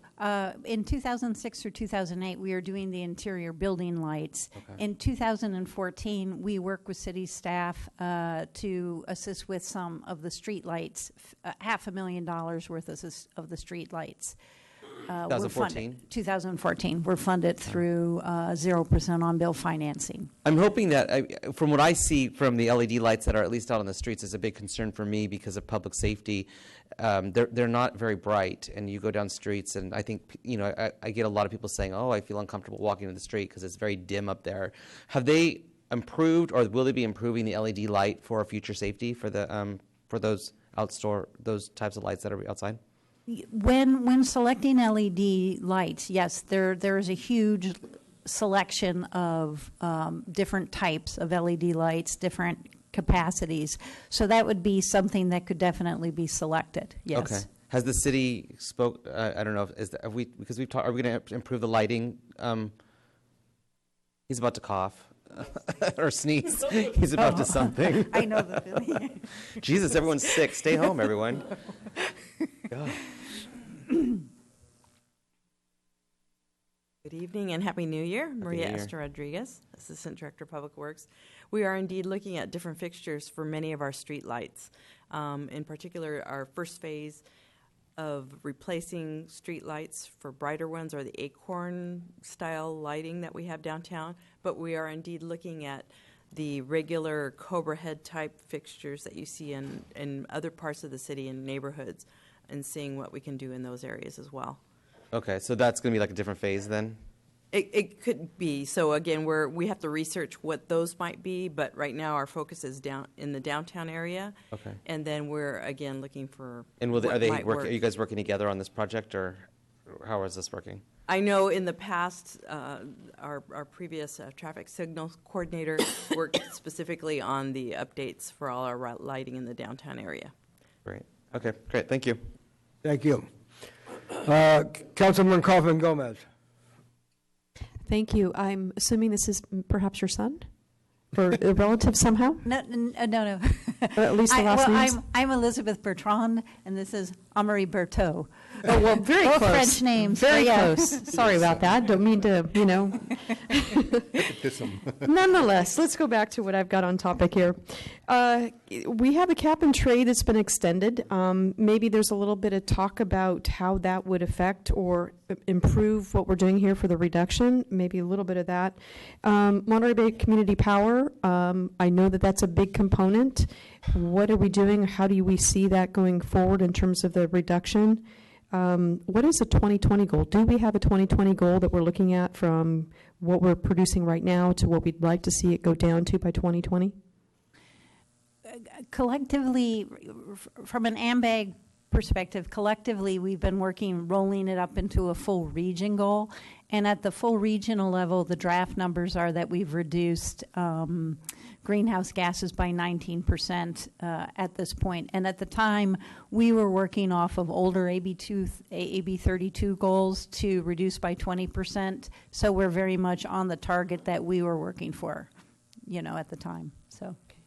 And anything to play out with Monterey Bay Community Power? Oh, one of the things, and that was why I asked Amory to do the breakout for you to show the difference between the natural gas and electricity, because one of the things that we had proposed in all of our energy action strategies was to do something where you would get energy from renewable power sources, your electricity.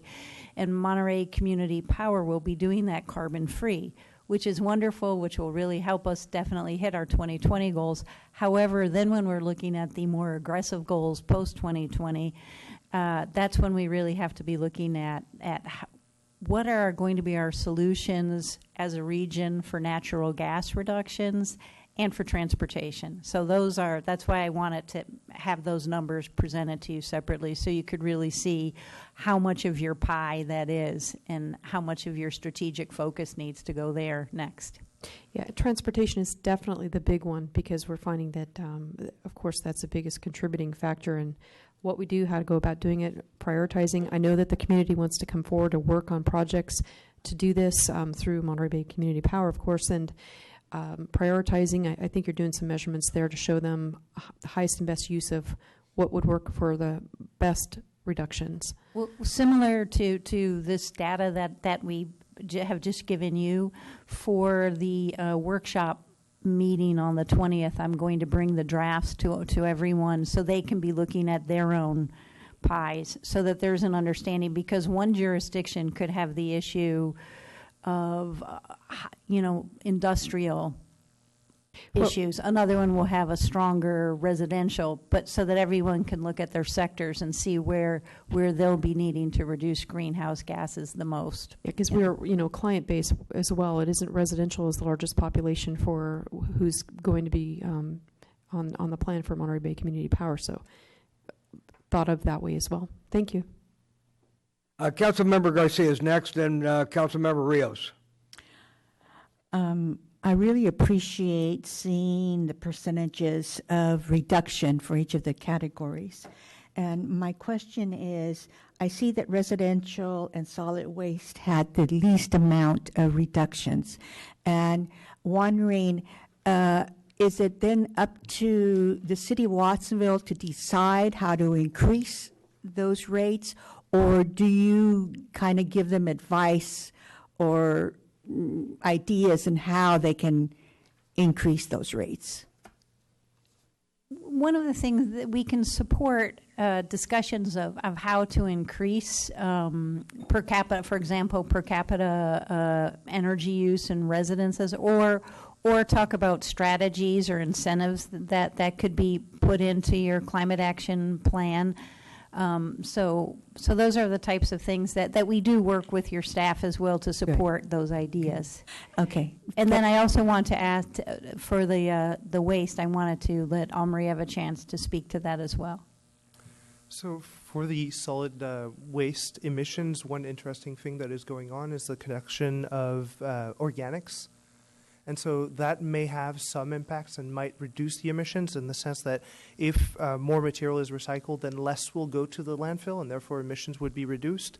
But it would also change the composition of waste, and it could also in that way reduce emissions. So with organic recycling, we may see some further reductions. Okay, well, thank you. Okay, my second question is to staff, I guess Rachel, is so when will we get a report on our climate action plan to see the big picture?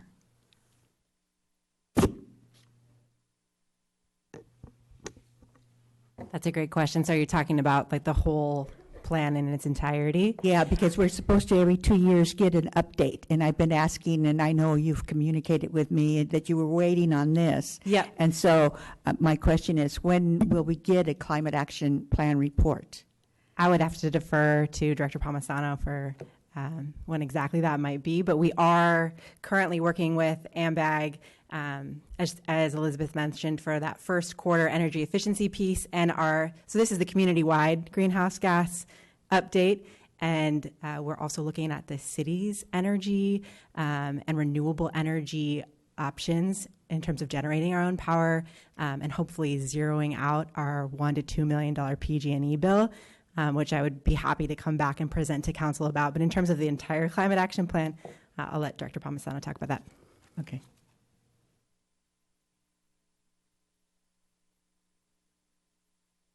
I've never heard you called doctor before. I didn't know you were a doctor. Council, Mayor, Council. Yeah, we have been waiting for this critical information to come to us before we could go ahead and look at the larger climate action plan. So now that we have this, we wanted to use this presentation as sort of a kind of an overview of some of the larger pieces that will be included in our climate action plan. So we thought this was a good start, and then in probably 3 months, we'll be ready to come back with kind of a climate action plan update, but we'll need some time to take this in and look at all of our other programs. Okay. So I'll be waiting. Great. And then on the organics issue, we are working towards compliance with state mandates to recycle more or divert more of our organic food waste out of the garbage and into specific anaerobic digesters or compost. And that will be a significant reduction in the greenhouse gas emissions by doing that it's kind of a phased, I think, over the next 10 years. But most of the emissions associated with our solid waste operation are actually the garbage decomposing in the landfill and those emissions getting out before we can capture them. And we do capture the majority of the greenhouse gas emissions at our landfill through a capture system where it's collected and burned and turned into electricity. But it's not a perfect system, and these other newer systems that they're developing, anaerobic digestion and composting, are a little more effective, and that's why the state's pushing these new organics regulations over the next 10 years. So those will be some of the ways we will be improving or reducing our emissions on that front. Thank you. Thank you. Mr. Rios, you're next. Just a comment. In terms of our area, then, we're doing pretty good. Yes, that's correct. You are leaders. That means we're going to get more plaques. Yes. All right. I seriously encourage you to continue to participate with the Institute for Local Government, because there are all the different areas where you can get the credit. And similar to the city of Scotts Valley that got the full award, Watsonville can be our next city to get the full award. We want to come out with a full hand, like yes. this. But out of that, I'm really glad that we're really doing good. It's hard I think, for us and for me. I mean, yes, I can speak for the rest. For me, and for the rest of us to understand all this stuff. But one thing that we know is that we do have a lot of cars for being such a small area, and we know that we drive in such a tiny little area, so many cars, and the difficulties and problems that we have. So I'm really glad to hear that we have to do something about that. I don't know yet how we're going to get people out of the cars because we're so used to our cars. So maybe when we get electrical cars, and maybe when we get, self-automobile, self-driven cars, maybe by then.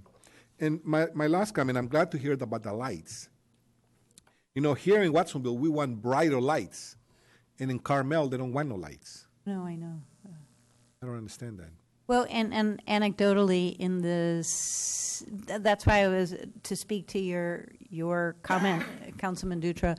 In the city of Monterey, the lights that were selected there, their particular LED street lights that they selected, ended up triggering a lawsuit because citizens felt that they were too bright. So we're sort of across the map on, We want brighter lights, right? Yeah. Big lights. You can see them from space. Okay. Yep. No, but I'm glad to see that we're making a lot of great progress, and that thank you for our staff also working together and working really hard. And I want to thank you for also working together with us to make our city better. And of course, we all want to reduce all these admissions, but there are just things that sometimes are very hard to curtail. So we just have to continue to do that. So thank you. Councilmember Bilicic. Just wanted to know, we're doing a great job, you're doing a great job, but how do we compare with other cities, comparable cities? Watsonville is doing very well. No, we are definitely doing very well. In all fairness, different things. One of the things that impacted all jurisdiction was the recession. So you have a recession in your numbers, it's going to impact everyone. So, that's an impact. The fact that we, as Almarie said, that the amount of renewables, even prior to the CCA, the amount of renewables that came through the investor-owned utility has been high, and so that has helped reduce the emission factor as well. So there are things that have helped us reduce emission factors across the board. So I would basically say, quite honestly, the 2008 recession, we can't always count on, we don't want to count on recessions for reducing our greenhouse gases. We want to do it in more creative, socially productive ways. Yeah. Thank you. And thank you for the important presentation. Let's have an opportunity for the public to comment on this, and then we'll move to our next agenda item.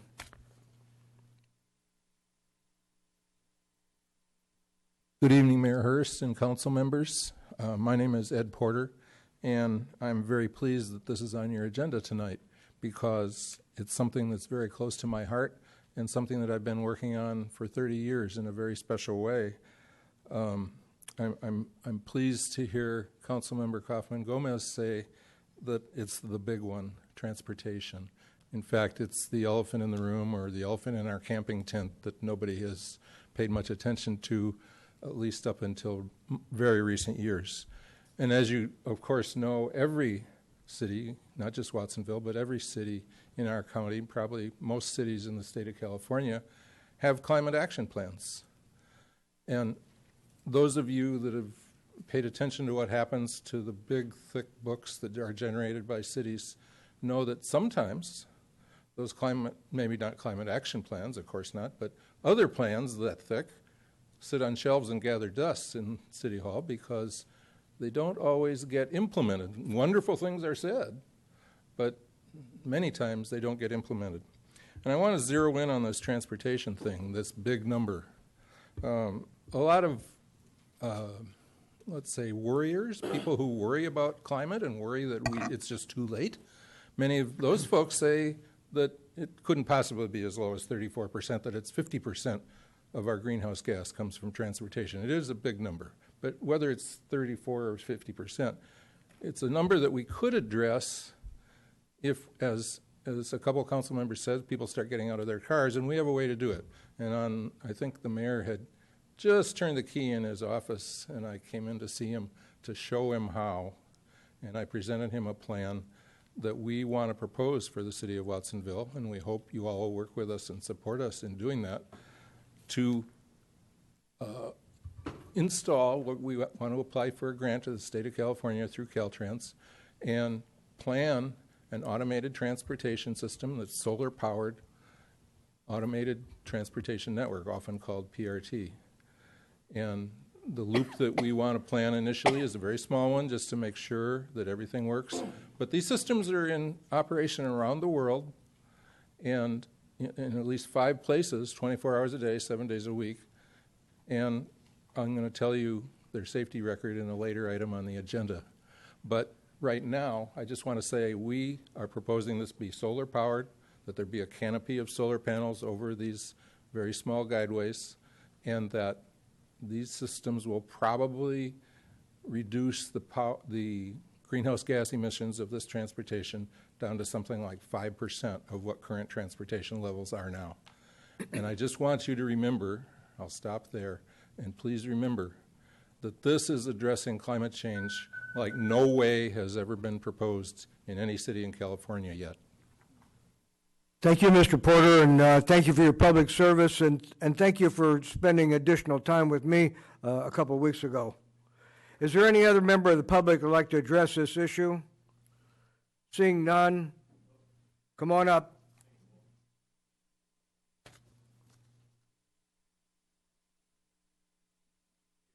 Good evening, Mayor, council members, staff. My name is Ton Kennedy, and I coordinate youth programs for Bike Santa Cruz County. And Bike Santa Cruz County, aside from hosting open streets events in Santa Cruz and Watsonville, we also have youth programs. And I just wanted to tell you about one of those youth programs, speaking of getting people out of cars.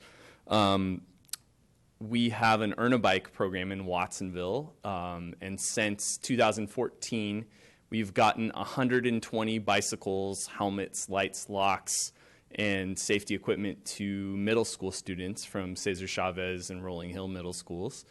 And we train them in bicycle repair, and we train them in bicycle safety. And I just want to thank you all for your support, because as of a few months ago, we are now partnering with you through Measure D funding on that program. So thank you for stepping up to the plate on that, and to paving the way for the next generation of cyclists, which segues into the other item I'm here to speak about, which I'll talk to you more about during the Vision Zero section. So thank you. Thank you, Sean. Thank you for your work. Seeing no other public input at this time, we will conclude this interesting public session. And everyone wants to save energy because it saves everyone money and it helps save the planet. And that's the right thing to do. Let's move on to our next item. This is public hearing and ordinances. Item number 9. We're going to take on letter A first. This is consideration of the ordinance to amend Article 1, definitions, and Article 4, dogs of Chapter 1, animals of Title 6, sanitation and health of the Watsonville Municipal Code, requiring microchipping of dogs and cats and vaccination of dogs against rabies. Let's hear it for the dogs. Good evening, Mayor, council members. Tamara Vides, Assistant to the City Manager. I'm here tonight with the proposed microchipping ordinance in front of you, and I have 4 different recommendations in our staff report this evening that I will go over those at the end of our presentation. I just want to give you a very brief background. The City of Watsonville, along with City of Santa Cruz, City of Capitola, Scotts Valley, and the County of Santa Cruz, are all members of a JPA that is known as the Santa Cruz County Animal Shelter. And basically that JPA lives or was formed to provide animal care and control services to all its members. So the county and the city has animal control through this JPA. We as a JPA, all jurisdictions that are part of it work collaboratively to establish policies and guidelines that allow for the proper care and enforcement of animals in our county. And with me this evening, I have Melanie Sobol, and she's the general manager for our shelter services here in Santa Cruz County. And she has managed the shelter for the past 7 years, and she's going to take the lead in going through tonight's microchip proposal presentation for you. Melanie? Thank you, Tamara. Good evening, Mayor, council members. Just want to state it's been such a pleasure working with Tamara on our board, and we appreciate her efforts. I'll try to go through this quickly and be happy to answer any questions you have. Okay, thanks. Okay, so this is a microchip. It's about the size of a grain of rice. What it is, it's an electronic chip that's covered in glass, and it's injected into usually between the shoulder blades of pets. And it doesn't hurt them. It's just like giving a vaccine. It's a very simple process. And what it does is the chip, when an animal comes into the shelter, or if an officer sees an animal in the field, we have scanners. They scan the animal. A sequence of numbers or letters pops up. And then we call the microchip. They're accessible 24/7, and we can get owner information on that animal. So it allows us to immediately identify an owner of an animal.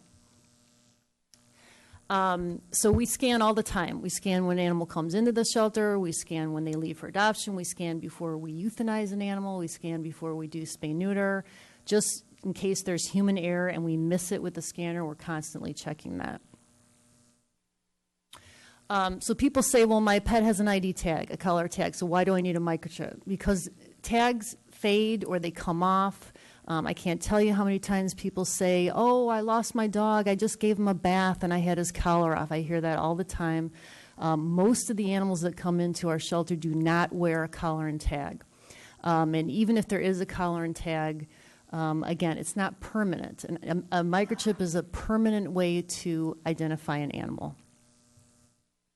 It helps establish ownership. We just helped out with the Sonoma fires, and we were dealing closely with their animal care.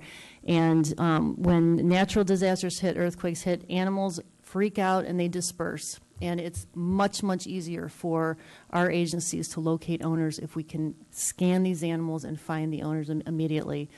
There's dangerous dog cases. This is a way to clearly identify that this is a dangerous dog in the community. If you have a collar, you could take a collar off of another dog and put it on a dangerous dog and no one would know the difference. There's all kinds of crazy circumstances that we have in the shelter. There's a husband that is divorcing the wife and he's angry, so he brings in her dog and says, you know what, we don't want this dog anymore. And then we can contact the wife and let her know that the animal's at the shelter. There's all types of reuniting. I could tell you story after story of what an invaluable tool this is. We had a case of persons with 2 standard poodles in their car was stolen in Oregon. The people that stole the car drove the car down the coast. Somehow the dogs got out of the car in Santa Cruz, were running around on the beach. Our officers came out, found the dogs, and scanned them and found that the owner was in Oregon. Those animals never would have been reunited with their owners if it weren't for that microchip. They came down the next day and got their dogs. Cost, we offer, usually if you go to a vet, it can cost between $25 to $75. At the shelter, every single day we're open, which is 7 days a week. You can walk in, you don't need an appointment. We'll do a microchip and register the chip for $10. We also have our low-cost Planned Parenthood program, spay-neuter program, and we do it for $10 as an incentive for people to get their animals spay-neutered. We also do a lot of free shot clinics, and we do them in Watsonville. We did them for 4 years. We stopped for a few years. We're going to do one again in May in Ramsey Park. We offer low-cost rabies vaccines and microchips. As you can see, there's a lost pet crisis. 165 million pets are lost in the U.S. and 7 to 20% are not found. That's 800,000 pets. Just for a local number, also in Watsonville, in the zip code 95076 in 2017, cats were 44.1% of all cats that came to the shelter were from Watsonville. And 39% of all dogs of all our intake were from 95062. So this is really a community that could benefit from having permanent ID of their pets. Cats are at highest risk. So as you can see, dogs without microchips, 21% went home, and those with microchips, 52% went home. Cats is most striking, only 1.8% of cats went home, and microchip cats, 38.5% went home. And this is from our shelter in year 2012 and 13. As you can see, cats that came in without a microchip, we held those cats for 7 days in the shelter. This is an average, as opposed to 2 days with a microchip, and you see with dogs 6 days, 1 day. So this costs taxpayers less money the less we have to house these animals. It's also free ride home. Our officers have the scanners in their vehicles. If they find an animal on the street, they will scan it. We can contact the chip company, immediately get owner information, and return that animal home without it coming to the shelter. So the bottom line is more pets are microchipped. The more pets are reunited with their owner, fewer in the shelters, and fewer are euthanized. Also, it decreases taxpayer costs of housing, caring for, feeding these animals. It'll be enforced the same as there's a microchip, there's a spay neuter mandatory law. So it's the same type of enforcement. We don't go banging on people's doors demanding to see that their animals have been spay neutered or microchipped. If we come across an animal that's a chronic offender, we will write a citation, make sure that animal is spay neutered, licensed, microchipped. People have the opportunity to fix it within 30 days, and the citation will go away. There will be no fee whatsoever. They have 30 days to fix it, and we offer every 7 days a week at the shelter you can get your pet microchipped. I consider this a common good law, similar to mandatory child seats. We want to change people's behavior. People know that it's the right thing to do, but they don't necessarily do it until there's a law enforcing it. A story I always give, I'm from Chicago, and no one from Chicago brings reusable bags to grocery stores. It's not even on our radar. When I moved here, I had to force myself to remember, and when I go to the store, there was no bags. So that law made me change my behavior, and every time I go to the grocery store, I now bring a bag. Some people are fearful that this is just big government, that we want to track their animals. It's absolutely not the case. It's simply another tool, another avenue for us to return pets to their owners as soon as possible. And it's a win-win. It's a win-win for the shelter, for the owner, for the pets, and a community service, and we consider a best practice. So in terms of our recommendation for you this evening is a series of updates to our Muni Code. One is updating the definition of owner to better suit what we're trying to do here. So it's an update to that. There's an update to the title of the article, just to include dogs and cats, not just dogs. I'm missing that on my slide. Also updating, whether it will also bringing you, and it was part of your staff report, there was a change in the law that requires 3 month. Tell me. All dogs it used to be over 4 months, and the law was changed to 3 months. All dogs over the age of 3 months are required to have a rabies vaccine. So we're asking council to consider updating that section of the Muni Code, and finally the adoption of the proposed microchipping ordinance that is in front of you this evening. So those 4 actions I'm asking of council this evening. Thank you very much. We're going to take questions from the council first. Councilmember Rios. Maybe I missed it on your presentation. How big is the chip, and how is it put into the animal? I'll show you a picture of it. It's about the size of a grain of rice, and it's injected just like a vaccine in between the shoulder blades of the animal. It's like a shot. And you put all the information in that little chip. The chip has a number, and that number is connected to a database, international database that can be accessed 24/7, and then the owner's information is assigned to that number. Wow, and it's going to be that cheap? Sorry? It's going to be so low of the cost, only $10, $15. Why is it so cheap? Because that's we buy them in bulk, and we actually want to. It's a public service. We don't want to make money off it. We want as many animals to be chipped as possible. If you go to a veterinarian, it might cost you $75, but we just want to do it as a public service. So here in Watsonville, are people coming forward? They are when we do our shot fair in Ramsey Park, and then when animals come into the shelter and they are redeemed by their owner, we try to convince. They have to be spay neutered and rabies vaccinated, and we try to convince them to get a microchip. And because of the cost, most people do it. Thank you. Next, we'll just go down the line. Councilmember Hernandez. You know, I think the fair that we had before was a great program, and it'd be great if we can bring that up again. I know that we used to help out and sponsor and promote those pet fairs. What's it called? The free or low cost microchip, spay, neuter, and shots. Our shot fair. I remember one time we had it at Ramsey, I think at the baseball field, and the line went from. It was like the line went around the whole diamond, practically. Yes. But it was a great opportunity for folks to get their pets microchipped, spay neutered. I think it was $10 or $20 to spay or neuter a pet. We had vouchers that we would sell. Yes. Yeah, and I'll tell you, it's such a it's so great to work in Watsonville. People are so appreciative. Like you said, they line up, and they're so in such a good mood and so thankful. And I got to tell you, it's very different from events that we've had in Santa Cruz as far as people being appreciative and not minding waiting in line.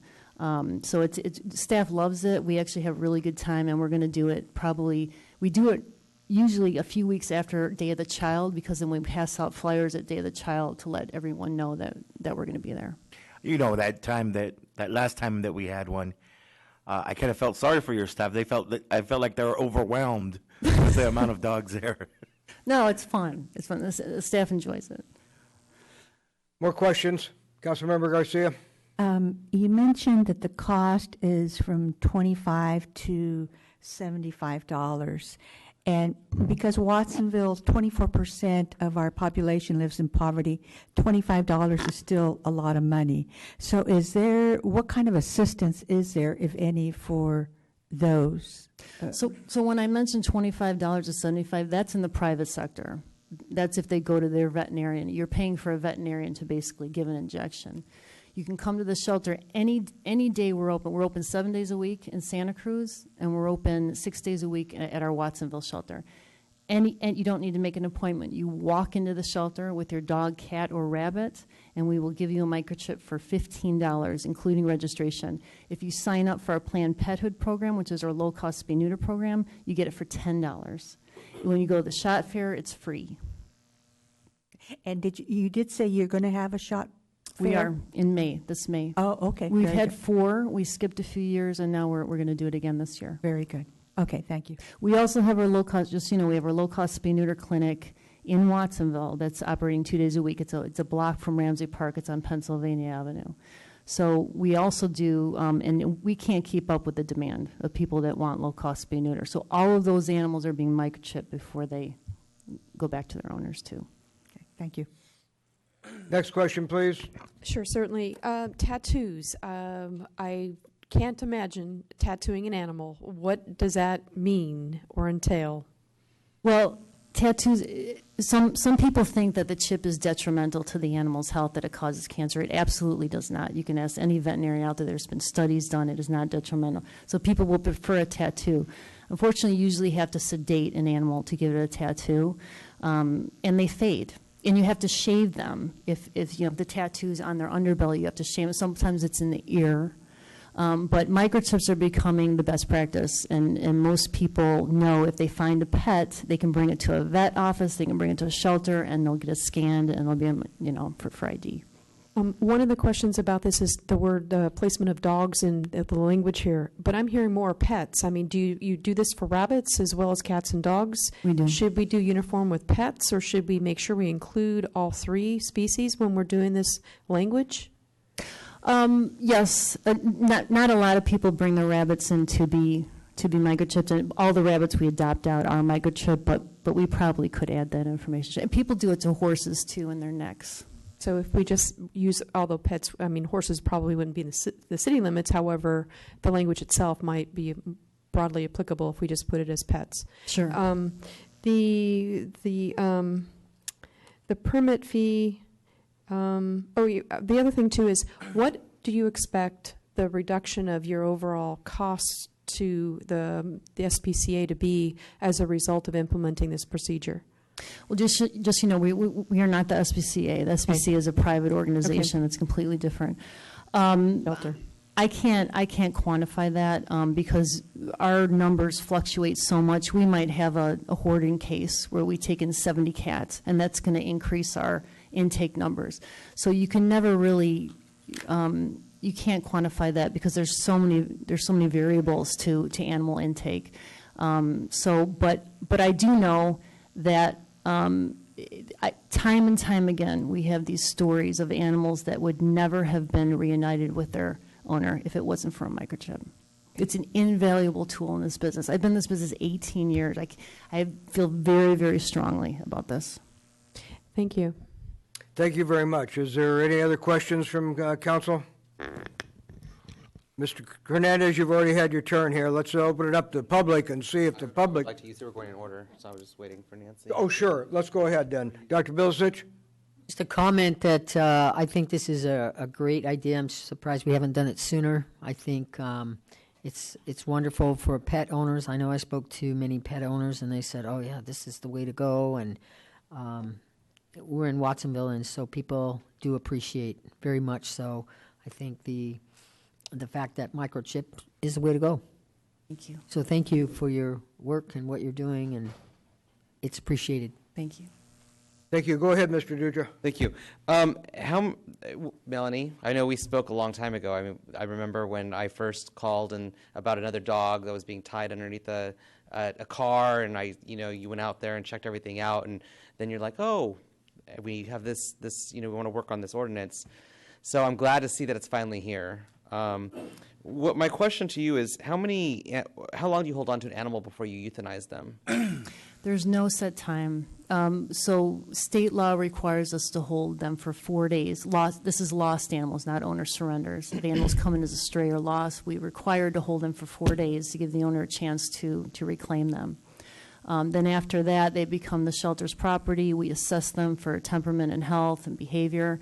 And then they're put up for adoption, or they're transferred to one of our placement partner rescue organizations. Or if they're horribly sick, horribly injured, or aggressive, danger to public safety, the animal is humanely euthanized. So there's no set time. Every animal is treated as an individual. So each animal is assessed individually. And some animals kennel very well. They can be at the shelter for 3 months and be fine. Some animals start going crazy after 3 days. That's when you try to get them into a foster home or get one of our placement partners to transfer them into a foster home.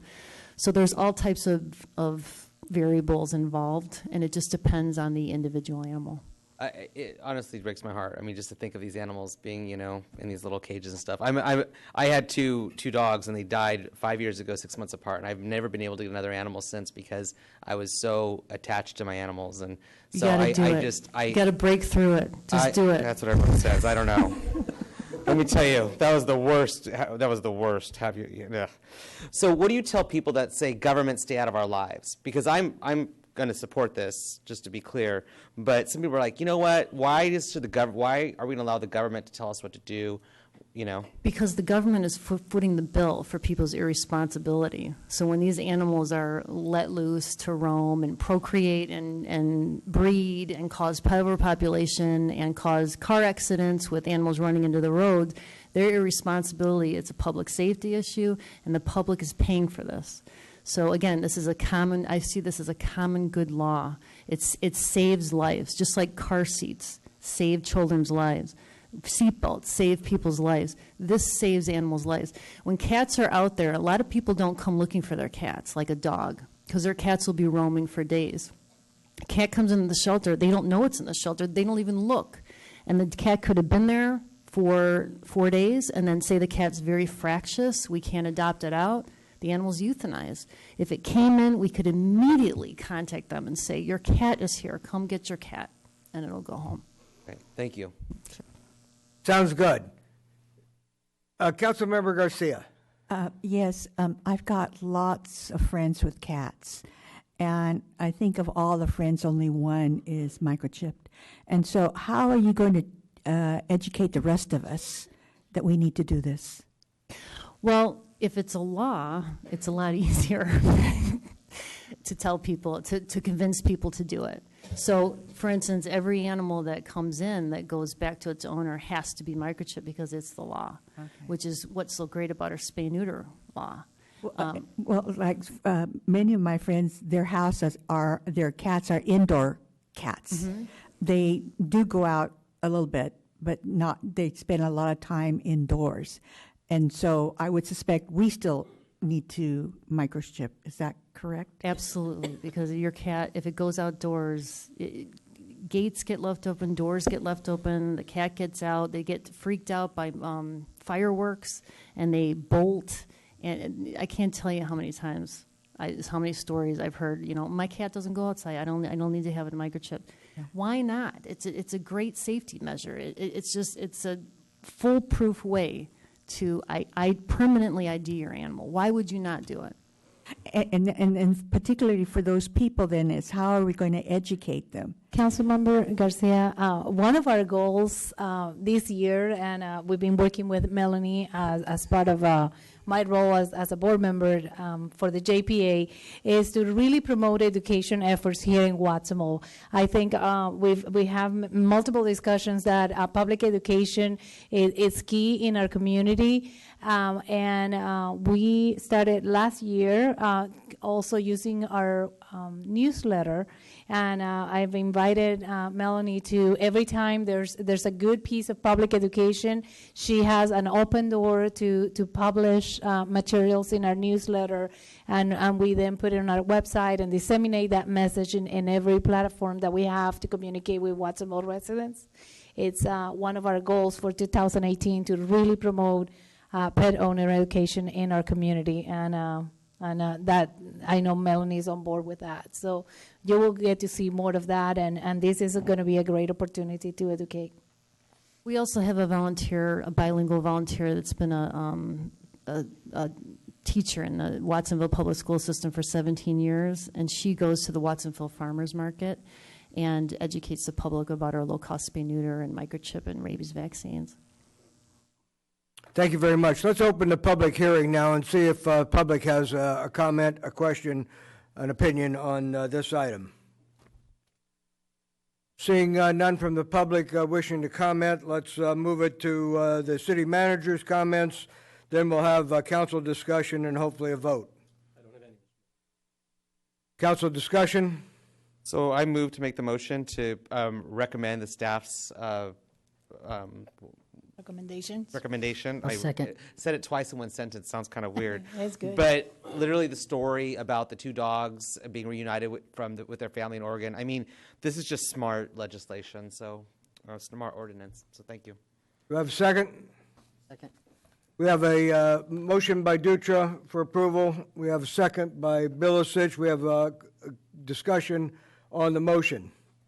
As I've mentioned before, it sounds like pets would be a little bit better than specific to dogs, because we do have other pets that are out there. I don't know, if somebody has a reptile, would you be able to do this, or would it be necessary? I mean, I just want to make sure that if pets were integrated into this language, would that be an applicable animal to have this done? I think so, yes. I think the tortoises have microchips in them, come to think of it, yeah. So there wouldn't be any problem if this were to be modified a bit to just be generalized as pets? No. Okay.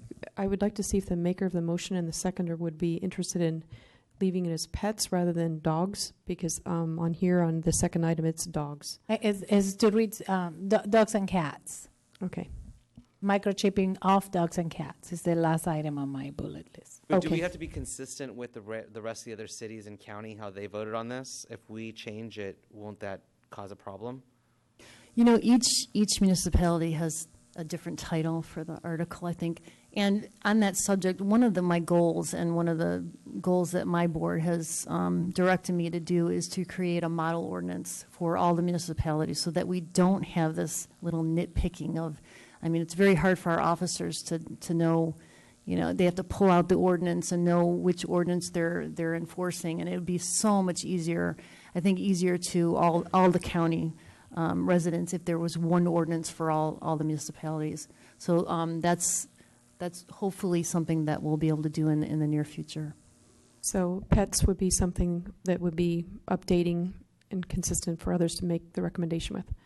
So what constitutes, I mean, are you talking hamsters? Are you talking, I mean, tortoise, birds, I mean, snakes? You could go on and on.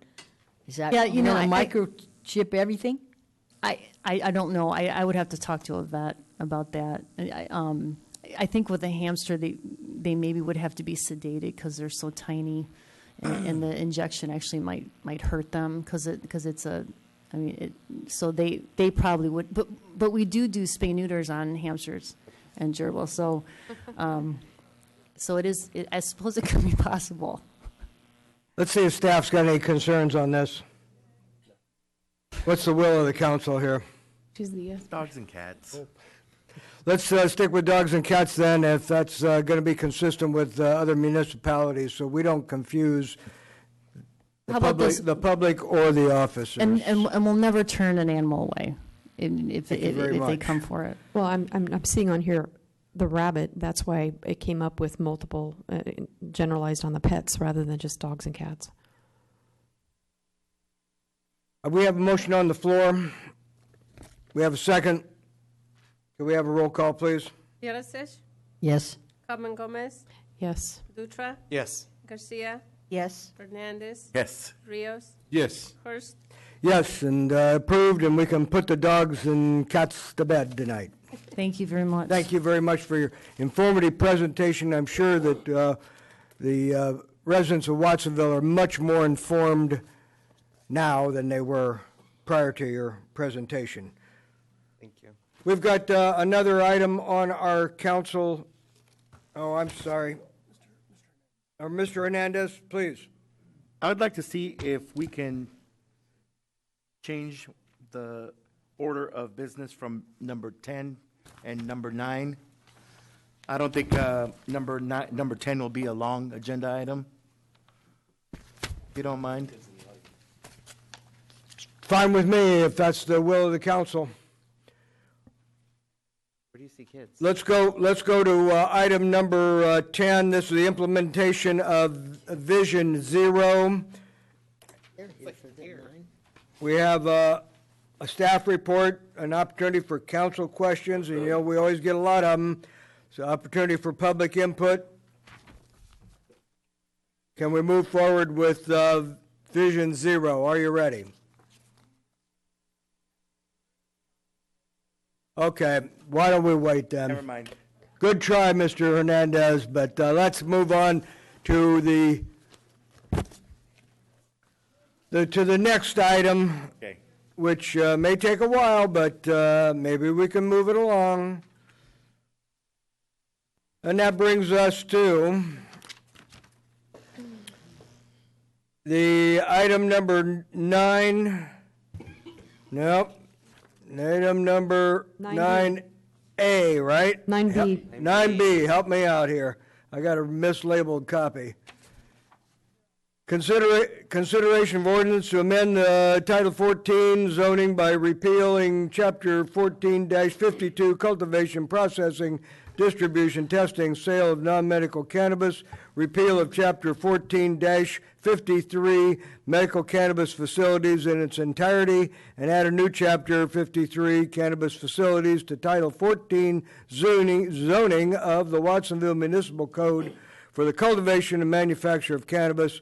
We'll have a staff report, a chance for council questions, a public hearing, and an opportunity for more council questions. Let's go to the staff report. Thank you, Mayor Hurst, members of the council. My name is Susie Merriam. I'm the Community Development Director. In November of 2016, California voters adopted Proposition 64, which authorizes the cultivation, manufacture, and sale of cannabis to adult users for recreational purposes, which began January 1st of this year. Nearly 70% of Santa Cruz County voters approved the passage of Proposition 64. During that same election, 74% of Watsonville voters adopted measures L and M to assess a local tax on cannabis businesses. In the last year, the City Council has adopted Chapter 1452, which prohibits all recreational cannabis in the city. The city also adopted Chapter 1453, permitting a limited number of medical cannabis cultivation and manufacturing facilities here in the city. We're now seeing how the recreational and medical cannabis markets are rolling out under the new state regulations. Because of California's population and relative friendliness to cannabis, this state is already the largest legal cannabis market in the United States. Staff and the Planning Commission are recommending that the City Council now amend Chapter 14-53 to allow existing licensed cannabis cultivators and manufacturers to produce and sell cannabis for both the medical and adult use markets, essentially by removing the term medical from the ordinance. This ordinance amendment will provide an opportunity for existing licensed medical cannabis facilities to compete for business throughout the state in what will be a shrinking medical market and growing adult use cannabis industry without adding any new facilities here in the city of Watsonville. This will also help increase the cannabis tax revenue for the community. All surrounding communities, including Santa Cruz, Salinas, and Monterey County, are allowing both recreational and medical cannabis businesses to operate. If our cannabis cultivators and manufacturers are not able to compete in both markets, they will not remain in business. When city voters passed measures L and M, the city dedicated funds from cannabis businesses to support city services as well as provide grants to support social services. In that way, the city has a financial interest to ensure that our local cannabis industry flourishes. If our local cannabis businesses leave the city, the tax revenue that we have estimated to be generated for the community will disappear. By authorizing existing licensed facilities to sell cannabis to licensed non-medical businesses, the city will not be authorizing new businesses or development. The city has strictly limited the number of and location of cannabis cultivators and manufacturers. Accordingly, staff believes this ordinance has no potential to result in any impacts to the community over existing conditions. It is also important to note that the retail sale of cannabis will continue to be prohibited in the city. This proposal was considered by the Planning Commission at the December 5th, 2017 meeting. 7 members of the public spoke in support of the modification, and 1 member of the public spoke against, citing public health and safety concerns relating to the adult use of cannabis.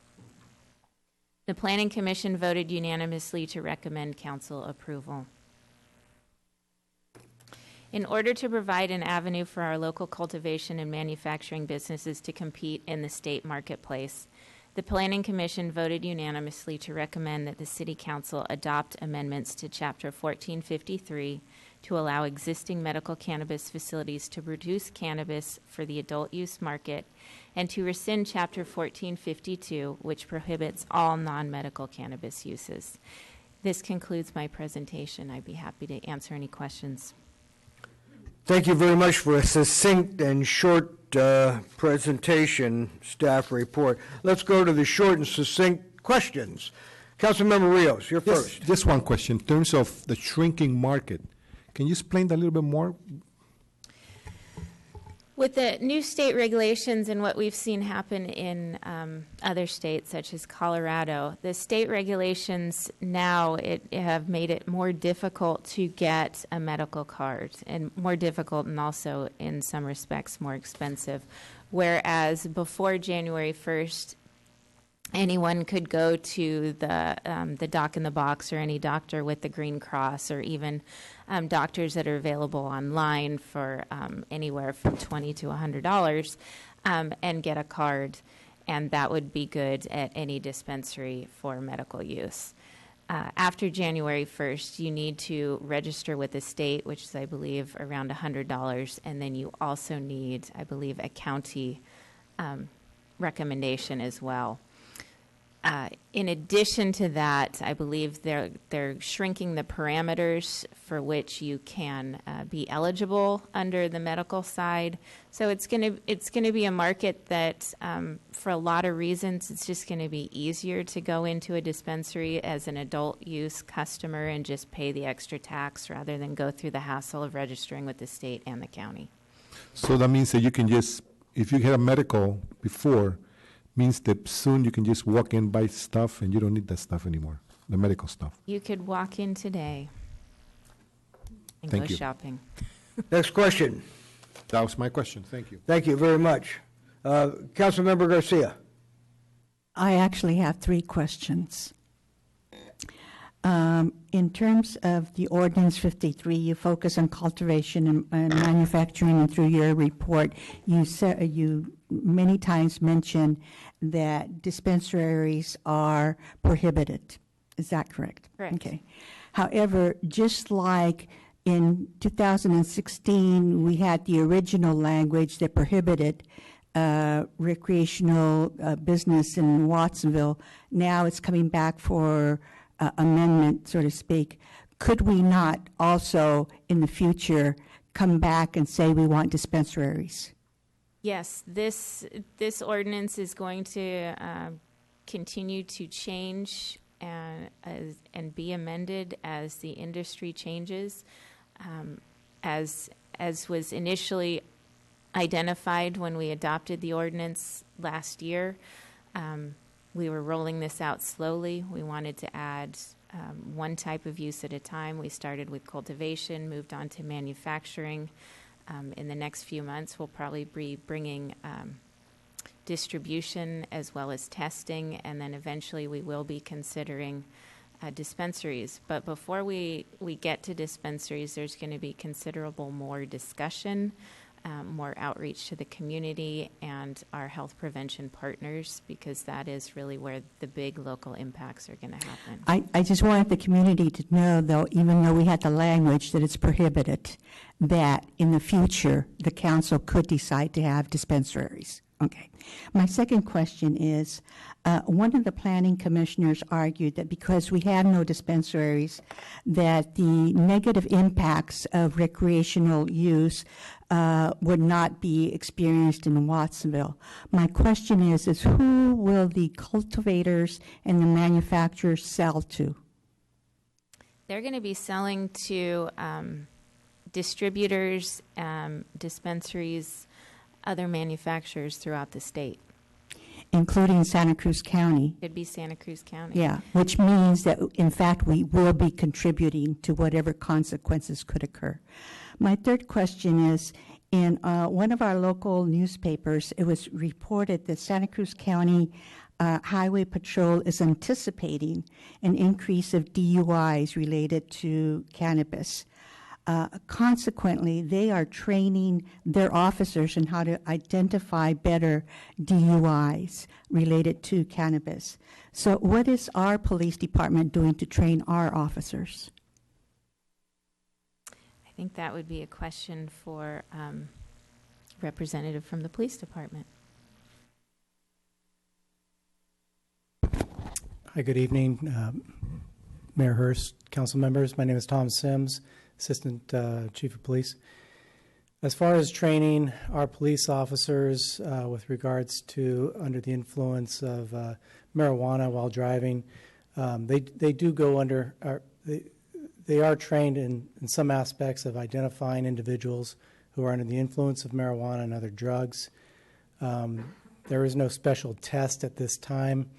It's just for right now, until there is an official test that comes out, we will continue just to evaluate those drivers stopped for their driving behavior and determining if they are under the influence of marijuana at the time, and then processing that in that regard. Well, the Highway Patrol is saying that their officers are going to get additional training. And so I'm asking, will our officers get additional training also? Well, we haven't decided that at this time, but I'm sure as we progress, there will be additional training that our officers will receive in regards to this. Thank you. Did you have one more question? No, just Very good. Let's see, Mr. Dutra, you're next. Thank you. Oh, no, Mr. Bilsich had a question. I'm sorry. I don't want to skip anything. The question is, I heard you talking about the changes and everything, and the main thing, what I heard you say was for tax bases, for revenue. Is that why we're making this change now? Is so that the city is going to make more revenue, that we need money from this? Is that what we're doing? That's partially it. However, we have spent over a year working to get these businesses up and running, and they have spent thousands and thousands of dollars to convert these buildings that they're going into. So we're also looking out for this industry that council has supported over the last year or so and keeping that going in Watsonville.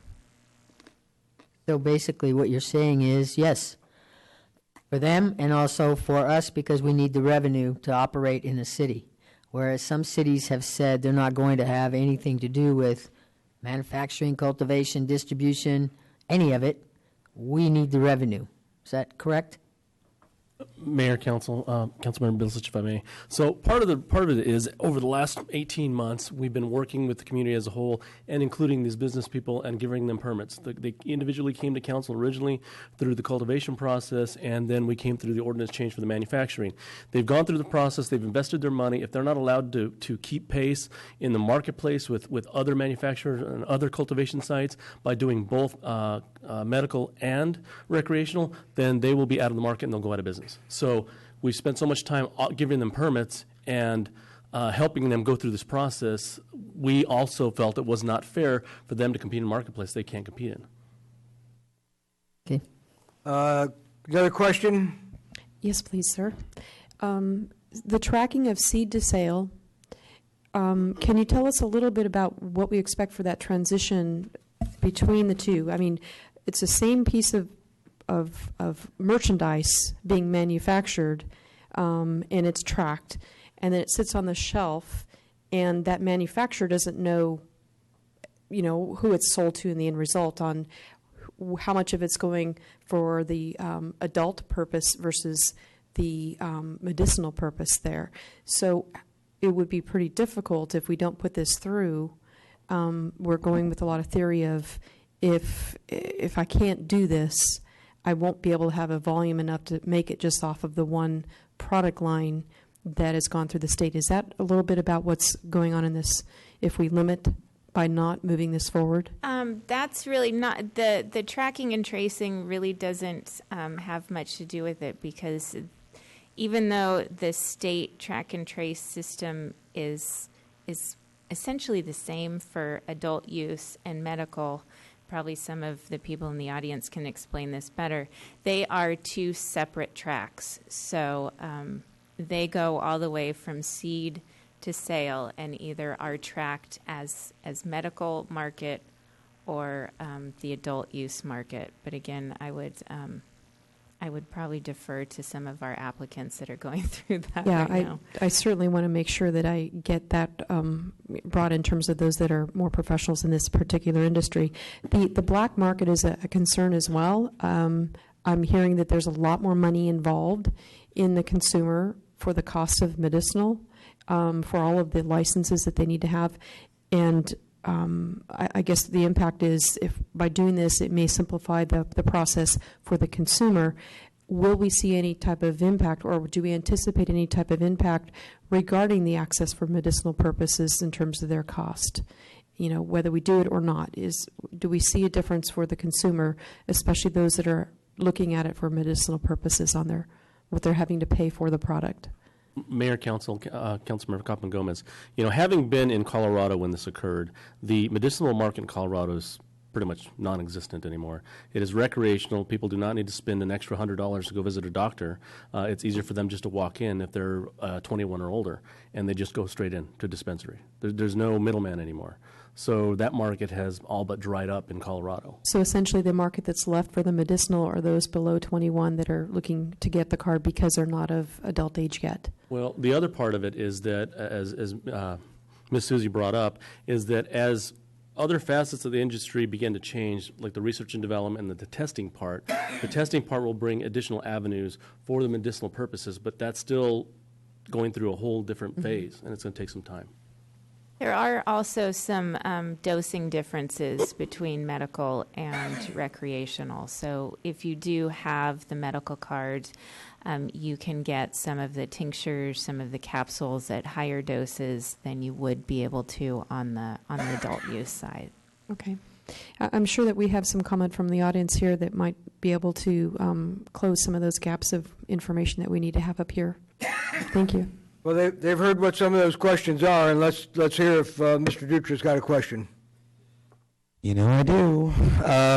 So I have a few questions for you, and I mean, I don't know who didn't see this one coming, but could we have handled this a long time ago, and rather than have to put medical in front of it and go through everything, and we're in the medical community, and now we're doing recreational? I mean, could that have been an option to do this a long time ago? Mayor, Council, if I answer that one. It would have been a little bit preemptive because when you all started with the drafting the ordinance for cultivation, the state had not had that approved on the ballot yet. So we couldn't have done that because it was only medicinal at that time. Okay. So last year when we did the manufacturing, we absolutely probably could have. But in the early stages, we could not. Yeah. Well, I mean, I saw this coming. I mean, I'm not like, oh, shocked, here we go, recreational. But Oscar, close your ears. How will Jeff Sessions' current decision not to protect the state cannabis industry affect like what we're doing here? You know, I've looked a little bit at that, and it doesn't sound like it's going to affect our local market that much. I think it's definitely not a good sign for banks wanting to lend or provide accounts to people in the cannabis industry. But my understanding is that if they're going to go after anyone, it would be very, very large operations. So we're small compared to them, compared to that, what they've got. Yeah, that as well as anything that has to do with gang or criminal activity. Okay, so there's really, I mean, 'cause that's such a what's going on. That's kind of like, people can be getting arrested? I mean, are they going to be raiding like they're doing with ICE? But now they're going to be taking all the cannabis people away. I mean, what's going to be happening? But since you're saying they're not going to do that. When do we plan on seeing? So I want to know how many cultivation sites are actually up and running right now, and yeah. Okay, up and running. We have one that's completely up and running with a final building permit. We've got, I believe, one that's partially up and running.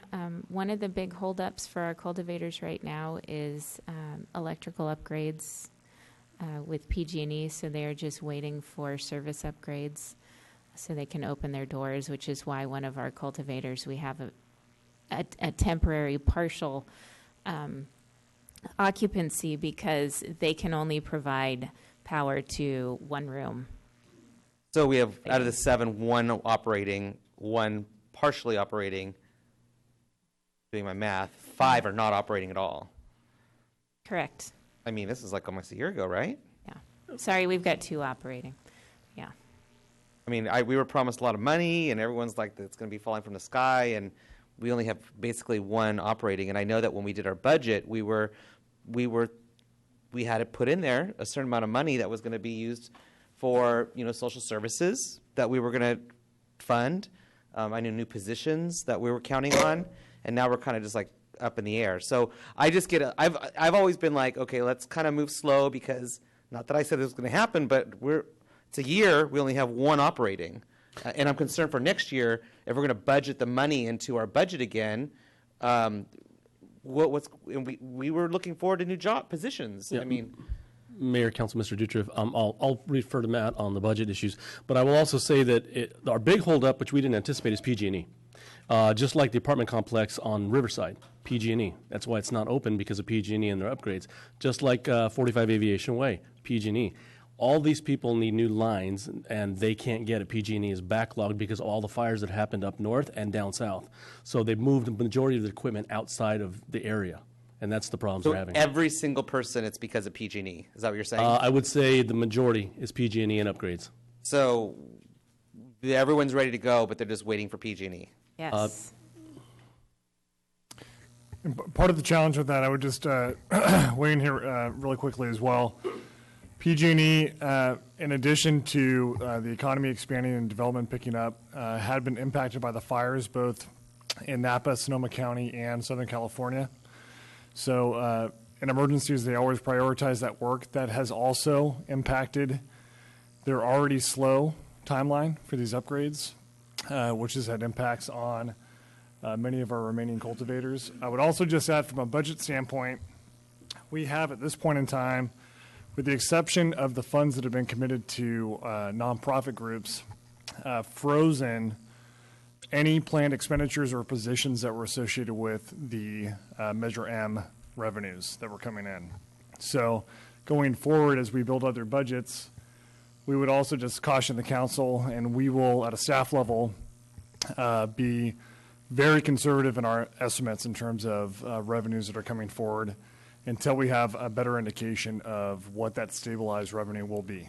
Did we pay for the social services that we had allocated money to? Did they get the money, or is that frozen as well?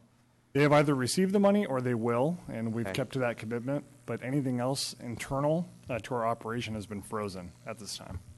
And when will the manufacturing start? Manufacturing is going to be a lot quicker, because they just don't take as much electricity or improvements. We have put a requirement that 45 days after use permit approval for our manufacturers, they need to submit building permits, and then within 6 months they need to be done.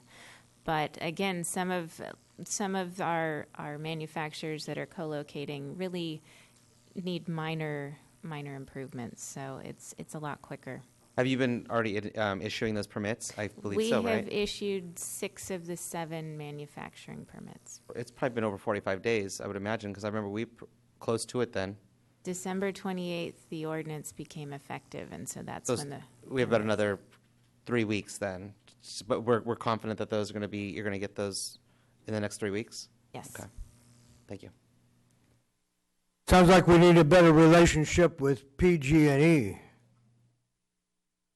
Any more council questions? Because this is the time we're going to, that the folks in the public can react, and staff can think about them as well. Further questions? Mayor, Council, if I may, on your comment, Mr. Mayor. Myself and Matt have been actually worked our way all the way up the ladder for PG&E, and so they're trying to prioritize not just the cultivators, but some of these other projects that are waiting on power upgrades. So we've been working with them, I think, since about Christmas time, correct?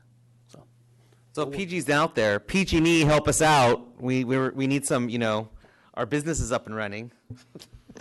A lot of challenges, that's for sure. Let's go to the public hearing. If we're completed with council questions at this time, I'll open the public hearing. Anyone who wishes to address the council on this item, please step forward. This is your chance to answer questions, give us your opinion, your thoughts. Council may have some more questions.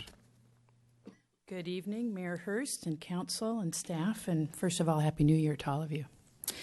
So I think there's a couple reasons why the medical and adult use needs to stay flexible for manufacturers. Oh, and I'm sorry, Lisa Tollner from Sensi Products, and we received one of your manufacturing permits here in Watsonville.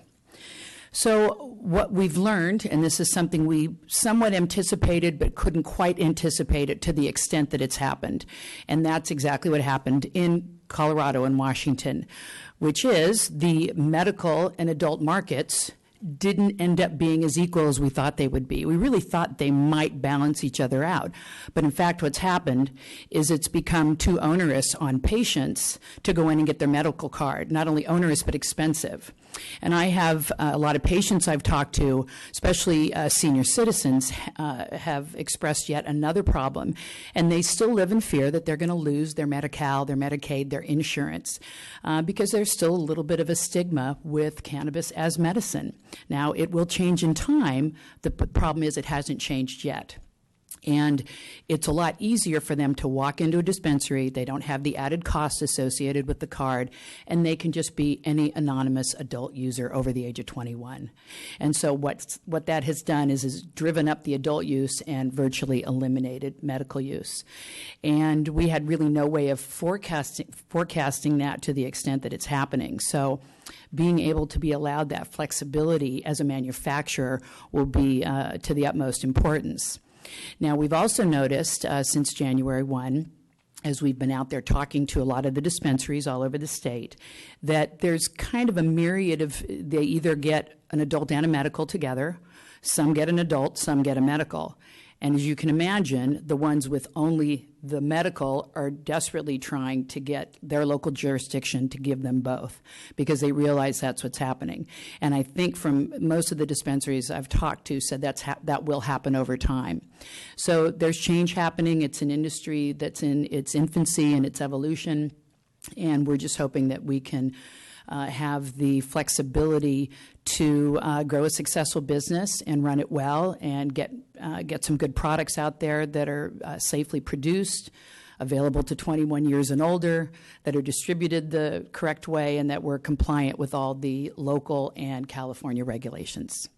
Okay? Thank you. Thank you very much. Anyone else wish to address the council on this issue?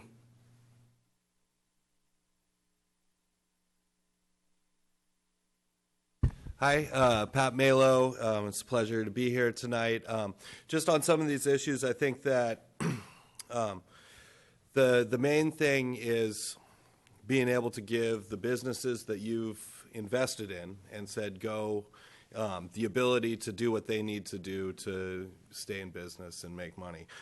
The other side of this thing, I think, is that, like others have said, the access issue for people is turning more and more into the burden for medical is going to go up, the cost to get the cards that you need is going to go up, and the savings that you have when you go to the store is not going to be enough to really incentivize people to go spend that money. And the people who need access the most are definitely not going to have that extra to go and jump through those hoops to save the little bit. I serve on the board of directors of WHAM, the oldest medical dispensary, and we recently had, from a medical point of view, a decision of how we're going to best reach patients, and we decided to apply for our adult license. So that should illustrate some things. To answer some questions, the two medical and adult use licensees, once you get those licenses and we get into the full rollout of the state system, those are going to have to be separate gardens, separate track and trace through the entire system. So people are really going to have to be able to say, okay, here's my market for medical things, here's how much I'm doing, and here's adult use. So the idea that they'll be able to, go back and forth in the channels is going to come to an end.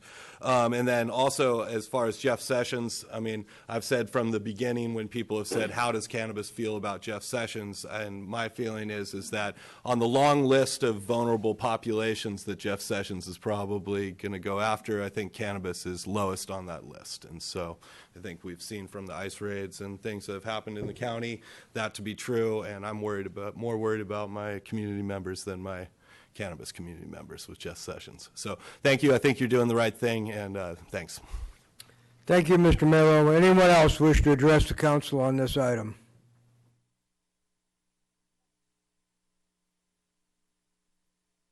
Mayor and Council, my name is Bryce Berryessa. I'm with, excuse me, I'm with La Vida Verde. We're one of the manufacturing companies that has been awarded a permit in the city of Watsonville, and have put a lot of time investing, trying to get our cultivation facility up and running, which PG&E will be our final holdup, unfortunately. So I just wanted to add a little bit of context to the situation. Right now we're in a transitory period with regulation, and a lot of things changed January 1, but many of those things are going to be coming in layers over the course of the next several months. By July, the main difference between medical and recreational is going to be very little. If you have a state health card and are a medical patient with a doctor's recommendation, you don't have to pay sales tax. You still have to pay the local tax, you still have to pay the excise tax. In the county of Santa Cruz, that's at 30.5% right now. So going and getting your health card saves you 8.5% of that. You still have to pay the other 22%. When you're going to make purchasing decisions come July, the only difference you get as a medical patient is, as a retailer, they can sell you 2,000 milligrams of THC per package of capsules, tinctures, and concentrates. That's it. Edible products are going to be capped at 100 milligrams total THC per package for adult use and medical. So what you're going to find is there's not a whole lot of benefit to go to the doctor, to pay money to get a recommendation, to then spend time going to the health department, to then spend money for a health ID card, when you're not going to save any money until you've spent over $700 at the dispensary, which is the difference between what you save in taxes and what that health card costs. So for us that are doing manufacturing and cultivation, it's imperative for our businesses and the communities that we're in that we can invest into them, that we can sell the same products into both systems. It doesn't change what we do. If you guys say, we're not going to allow for adult use, we're still making the same exact products as if we're able to sell into both systems. What happens is our opportunity to create sales, to invest in our companies, to hire employees and expand our businesses is significantly depreciated because we are going to have such a small share of the market. I also run a dispensary in Santa Cruz County, and we've been medical, as has everybody else, until January 1. We've focused on medical. It's very important to us. It's a core component of our business. We have done a very minimal marketing and moved locations as of January 1. Our only marketing says adult use 21, medical 18 plus. That's the extent of our marketing for adult use. About 75% of the people that have walked through my door since January 1 have been adult use. So I have a lot of medical patients that aren't even bringing the recommends anymore. So if that can bear note of importance for you, a dispensary that has only been medical, 1 in every 4 people that's coming through my doors right now without marketing to adult use is medical. So imagine as a manufacturer and a cultivator, if all of a sudden we're only able to sell 25% of our product to the total market, it's going to be really challenging for us. So thank you for your time and all of your consideration in this matter. Thank you, Mr. Berryessa. Anyone else wish to address the council at this time?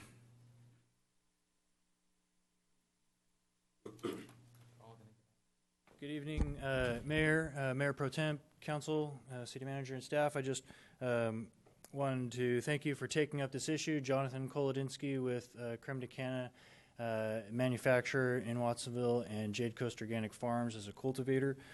Just wanted to echo Susie and my fellow colleagues' points with regards to the adult use laws now discourage California citizens to maintain medical status with requirements and costs. And the state has created a policy voted on by the citizens of our good state to generate tax revenue. And the new adult use laws discourage tax-exempt medical status. As Bryce said, the only real difference is dose size and tax revenue. And as he also just pointed out, the number of patients that are going to be coming in to purchase from this very small tax benefit being the medical is going to result in a vast shrinking of that aspect of the space. And as a producer, if we're boxed into having only be able to produce for the medical, we will go out of business. So I hope that you would consider this as just a part of the changing tides of this industry evolving, and understand that we're all here to participate and be responsible members of this community. and we appreciate your support thus far and hope to continue to have that support as we move forward. Thank you. Thank you very much. Any further public input? Last call for public input.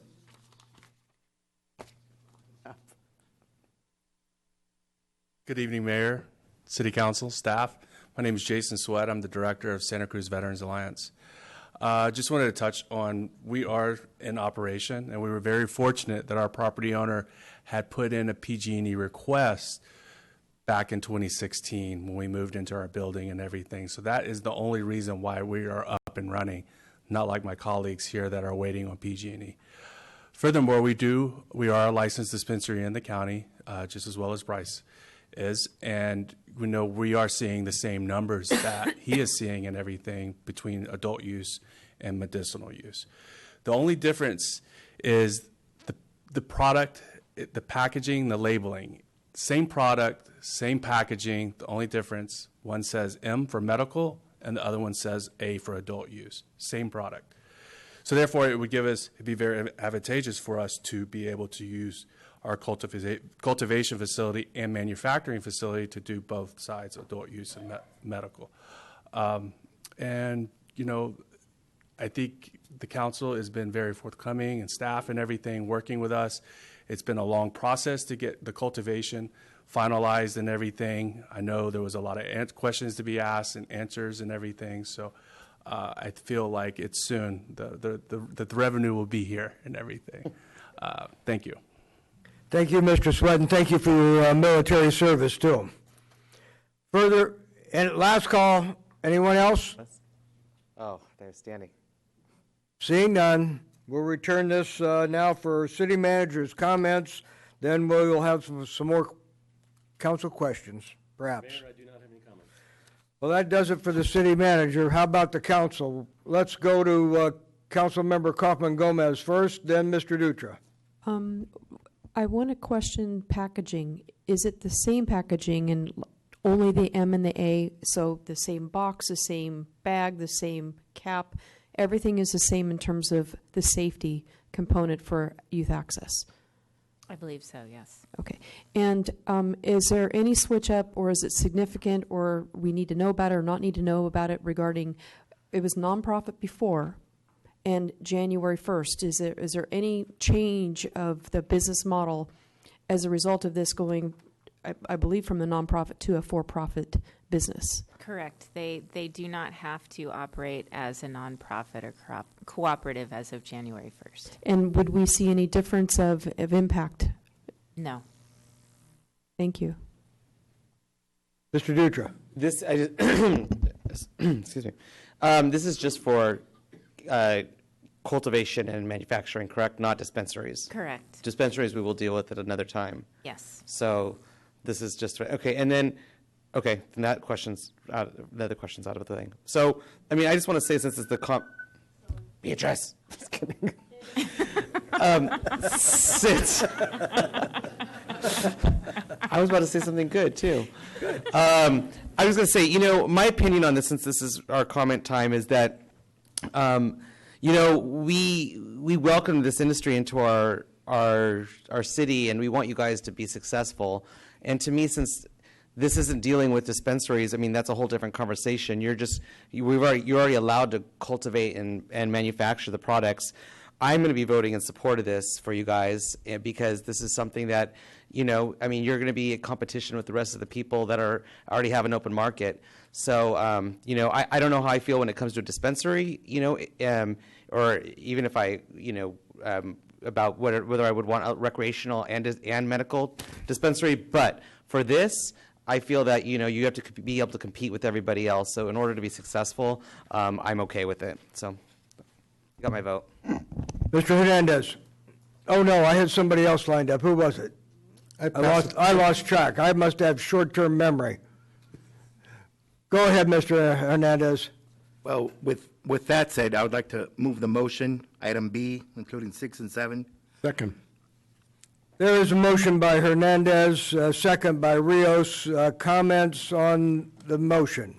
Yes, I'm totally support. I saw I think there was an interview last week in one of the big networks, and they show Salinas. They show Salinas cultivating all those, incredible fields. They're going crazy over there. And, I looked at it, and they had the whole interview, and they brought the word, that dude named Sessions out, And, yeah, people said, he's out there in some other world. But California is, it's been showing that, it's taking very strong positions. It's talking about becoming also a sanctuary state again against all the things they want to do against the cannabis industry. So there's a lot of things that are going to be happening in this year and in the next 3 years under the current administration.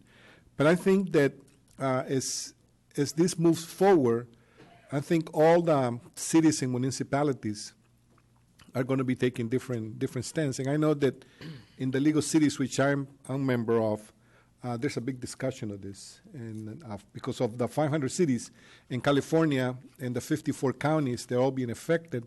So there is a big concern of all of us, building a very united front and standing up against rules and regulations that are just trying to take us back into the dark ages and just give to the black market, the open door that they have had for so long. So I definitely think that we're moving in the right direction and that all the rules and regulations that we're putting forward, because, reading the whole, there's a lot of stuff here in this ordinance, a lot. And I went through it, and for, the people investing on this industry, they, I hope they read all this stuff because there's a lot of stuff here, and if they're willing to go by all this, I said then let's support it. Thank you very much. We have a motion and a second. Further discussion on the motion? Yes. Thank you. Okay. When I brought the original ordinance to prohibit the business of recreational marijuana here in Watsonville, I gave data from a 3-year study from Denver that showed an increase in marijuana DUIs, an increase in marijuana fatalities, an increase in marijuana hospitalization, an increase of youth usage of marijuana, an increase of babies being born with marijuana in their system.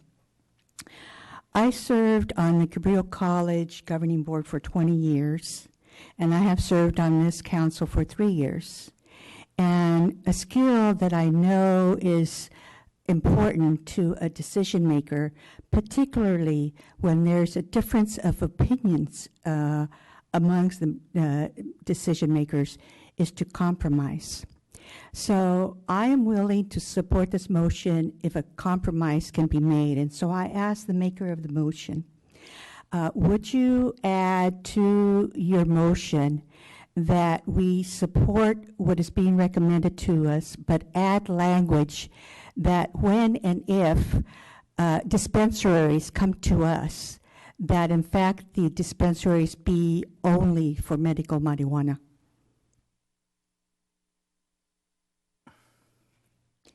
Doesn't sound like anybody's jumping on that. Yeah, I don't. I'm asking the motion, the heard you. maker of the motion. I'm waiting to hear a response. I don't think that would be economically feasible for a business to just enter into just a medical establishment, though, and I want them to thrive. Thank you. Are we ready for a roll call? Question. Oh, no. Yes. Comment. Ms. Kaufman-Gomez, on the Sorry. motion, please. Sorry, yes.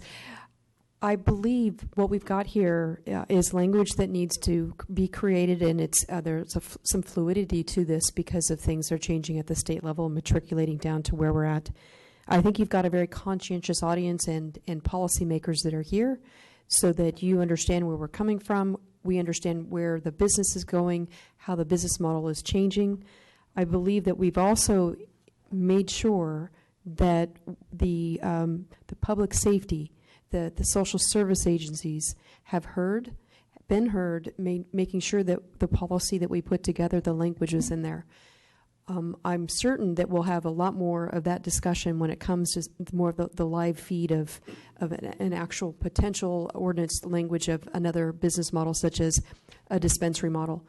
This is a manufacturing in a closed, controlled setting environment, and it allows a productivity of the free enterprise. You know, I'm a business owner myself, so I understand and grasp the concept of what you need to be able to have all of the tools in your toolbox to make yourself a successful business here. And I don't think that anything has been overlooked. I think every stone has been turned to make sure, have we covered, have we thought, have we included everybody in terms of the people that this affects, the agencies that this affects.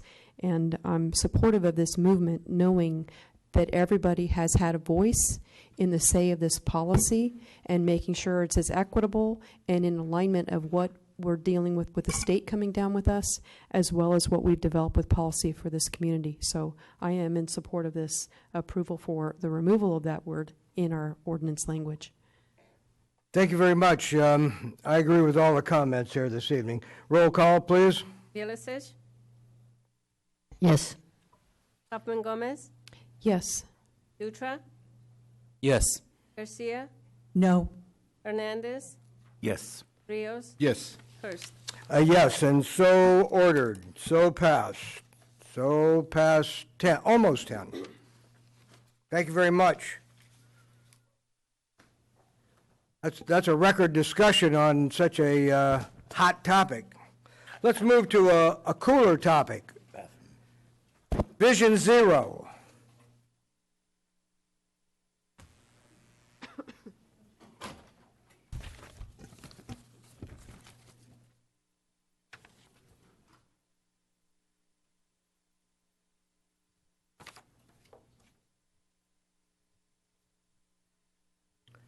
Murray, you know, we called your name earlier and you weren't here.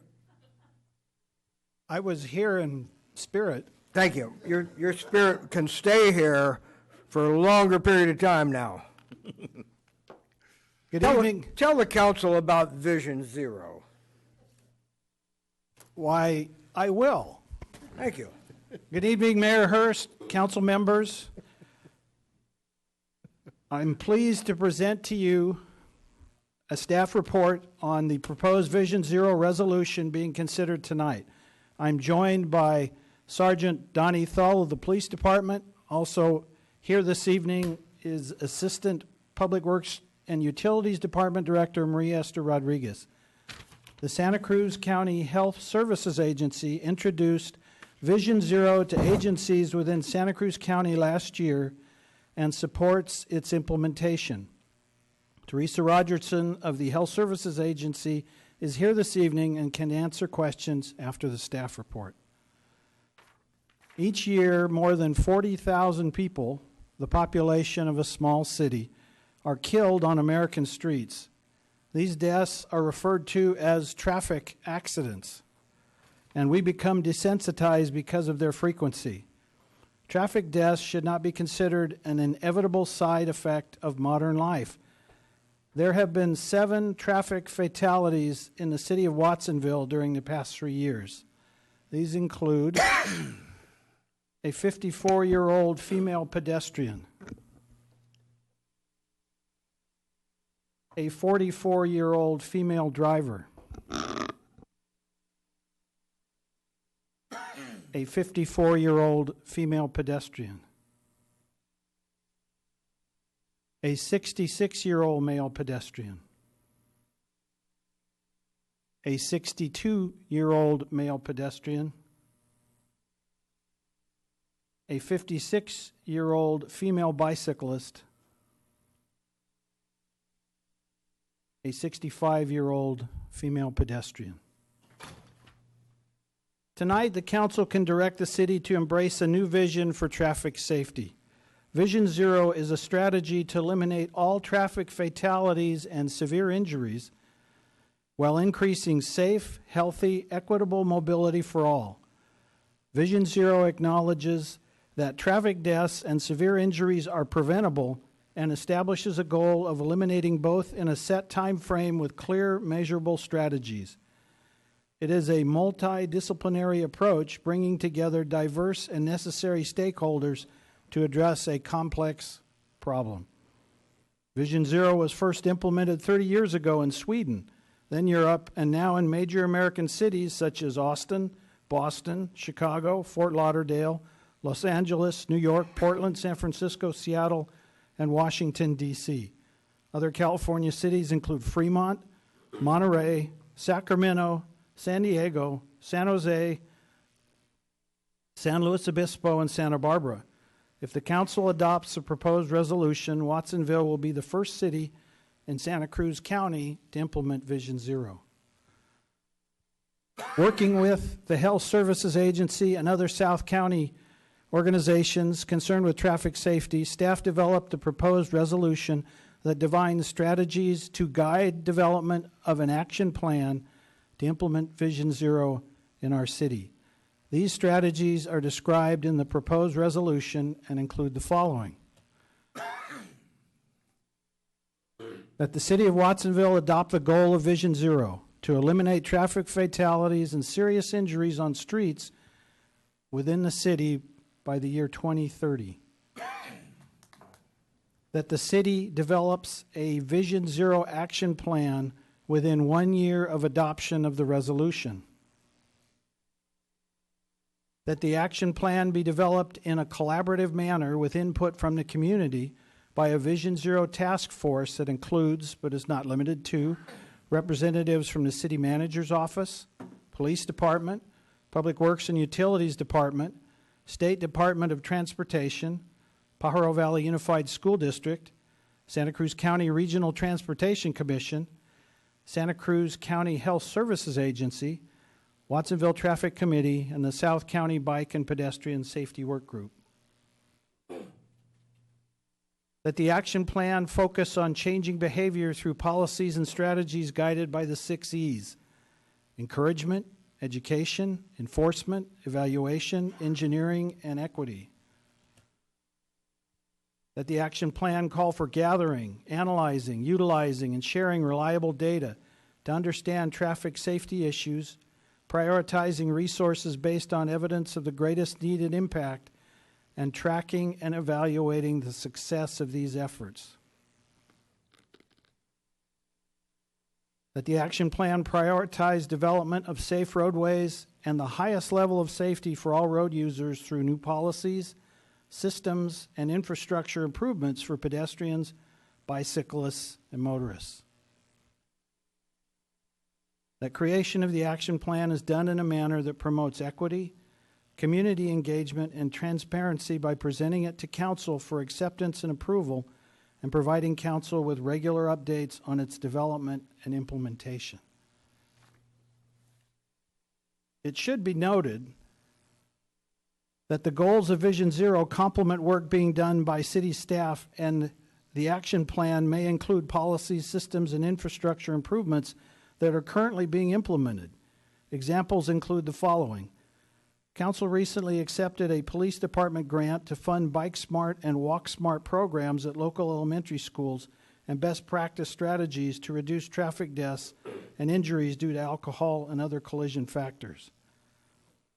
Collaborative efforts between the city and other agencies such as the Santa Cruz County Regional Transportation Commission, the Santa Cruz County Health Services Agency, and Ecology Action recently resulted in securing 2 planning grants totaling over $600,000 for community outreach efforts and identification of transportation safety improvements in the downtown area and at 15 schools within city limits.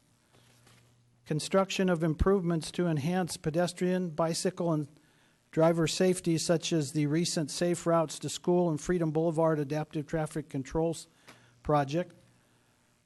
The 2 projects on Airport Boulevard to be built this year that include new sidewalks, the addition of flashing beacons at pedestrian crossings, relocation of an existing bus stop, and reconstruction of the existing roads and bike lanes, and recently secured funding through Measure D and the State Transportation Improvement Program that will fund reconstruction of slew trails and installation of the city's first green bike lanes. And these are just a few examples. Staff recommends that council approve the Vision Zero resolution. That concludes my presentation. Thank you very much, Murray. I'm glad we're finally getting here to Vision Zero. I think maybe you're even preaching to the choir tonight, and so nice job. Councilmember Rios. Thank you for the presentation. Why do you think that all the people that were hit and died were over 50 and 60? I wouldn't know. No clue? Okay. I mean, I'm very curious because, you know, they're more like seniors. Another thing probably that part of this development, this planning, I'm glad, and everything that's being put forth to educate and do things. But I think we have to do something about what we wear in the nighttime, you know. Because I know that we're walking, if I walk with this, I'm all dark clothes, walking this, you know, crossing a street, you know, I'm taking a chance. Compared to if I wear a bright shirt, that hopefully they're not going to hit me. But I am curious, you know, why all these people have been, they're seniors, you know, and I don't know what it says to us. Well, it could be that they don't recover as quickly. They don't bounce as well.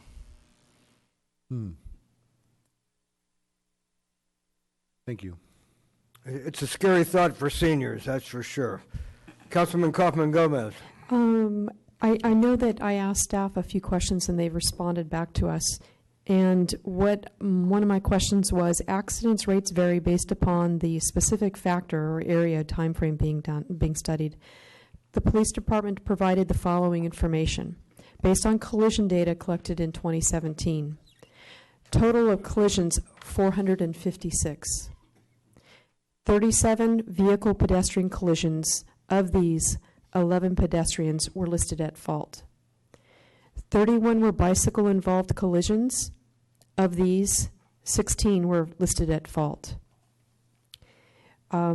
Looking at primary collision factors in 2017, the 101 were unsafe speed. Out of the 22% of them were unsafe speed. There were another 20% that were a result of improper turning. Another 20% were the auto right-of-way violation. So we have a ways to go in terms of really educating the public, not only the drivers, the pedestrians, and the cyclists.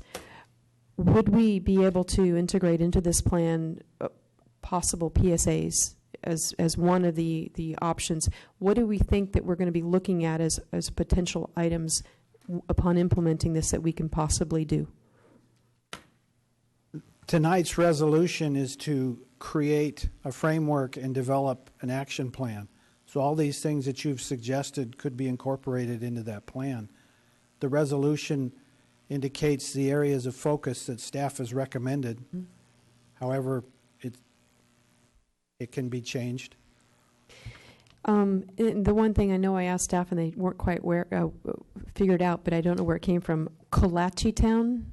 Any takers on what that is, what that's about? Oh, I have a hand in the back that might know. Can you come to the mic so the public can hear what the answer is as well? Is that okay? And tie it into Vision Zero, please. Please. Yeah. Hello, Council. I'm Jason. I'm just a longtime community member, born and raised in Watsonville. But the Kolachi Town, I actually saw a little map from the the Vision Zero pamphlet, and it's like the area in mostly downtown, and it basically says Kolachi Town for the downtown area. Mostly, I don't know if our historian will have to get to us on this then, I guess. Yeah, I mean, that's where I see it in the map. Thank you, Jason. You know, I want to ask that question at a soccer event, Monterey-based soccer event, and they told me don't say that because it's a derogatory term that was given by the Okies to that area of town where the folks live there. I've heard of another, but not that one. Nonetheless, I don't want to deter too much, but I certainly see where this is going, which is a very positive direction to take it.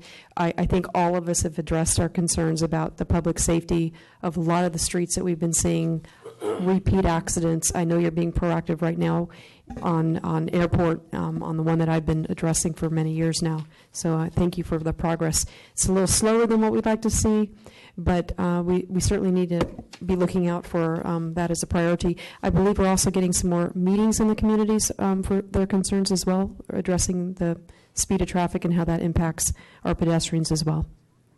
Councilmember Garcia. Yes, I'm very excited that we have the opportunity to support this resolution. I've become a walker, and when I walk, I'm literally afraid to walk because of speeding. Cars are always speeding. And so what are the thoughts in terms of addressing this issue of speeding?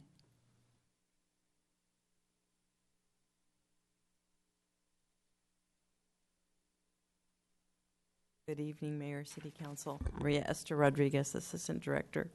I think there's probably a number of ways that speeding can be addressed.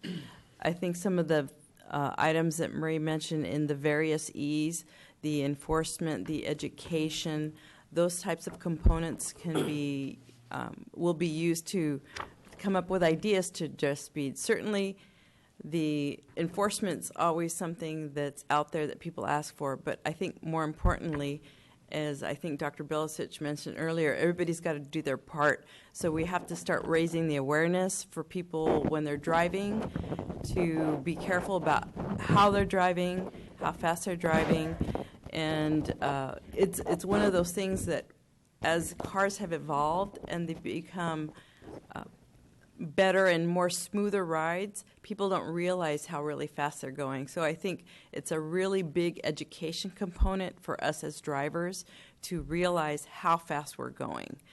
I think, again, it goes back to education and making people aware of that. Could be, again, through PSAs, through our social media, through various ways that we can reach the public. And once people become aware, hopefully that can spread the awareness, and you will tell your family members and your neighbors and make sure that we make our town the safest it can be by our own actions. Okay, thank you. My second question is the resolution, the Vision Zero Task Force includes the Watsonville Traffic Committee. What is that committee? It's a committee made up of city staff, including police department, and representatives of Public Works, that meets quarterly to address traffic issues or concerns. So it exists already right now? It does. Oh, okay. Thank you. Additional council questions? Go ahead, Dr. Bilicic. We've talked about the flashing lights and that we're working on grants and everything.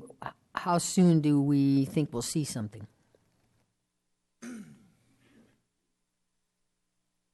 Actually, there's one that we are getting ready to install. We've recently upgraded the Beach Street crossing in front of Granite near Harvest Drive. There's kind of a mid-block that's been there forever. We recently upgraded ramps with the striped crossing, and that is going to receive a flashing beacon. The next one would be the Home Road with the Airport Boulevard project, as well as the one by Safeway.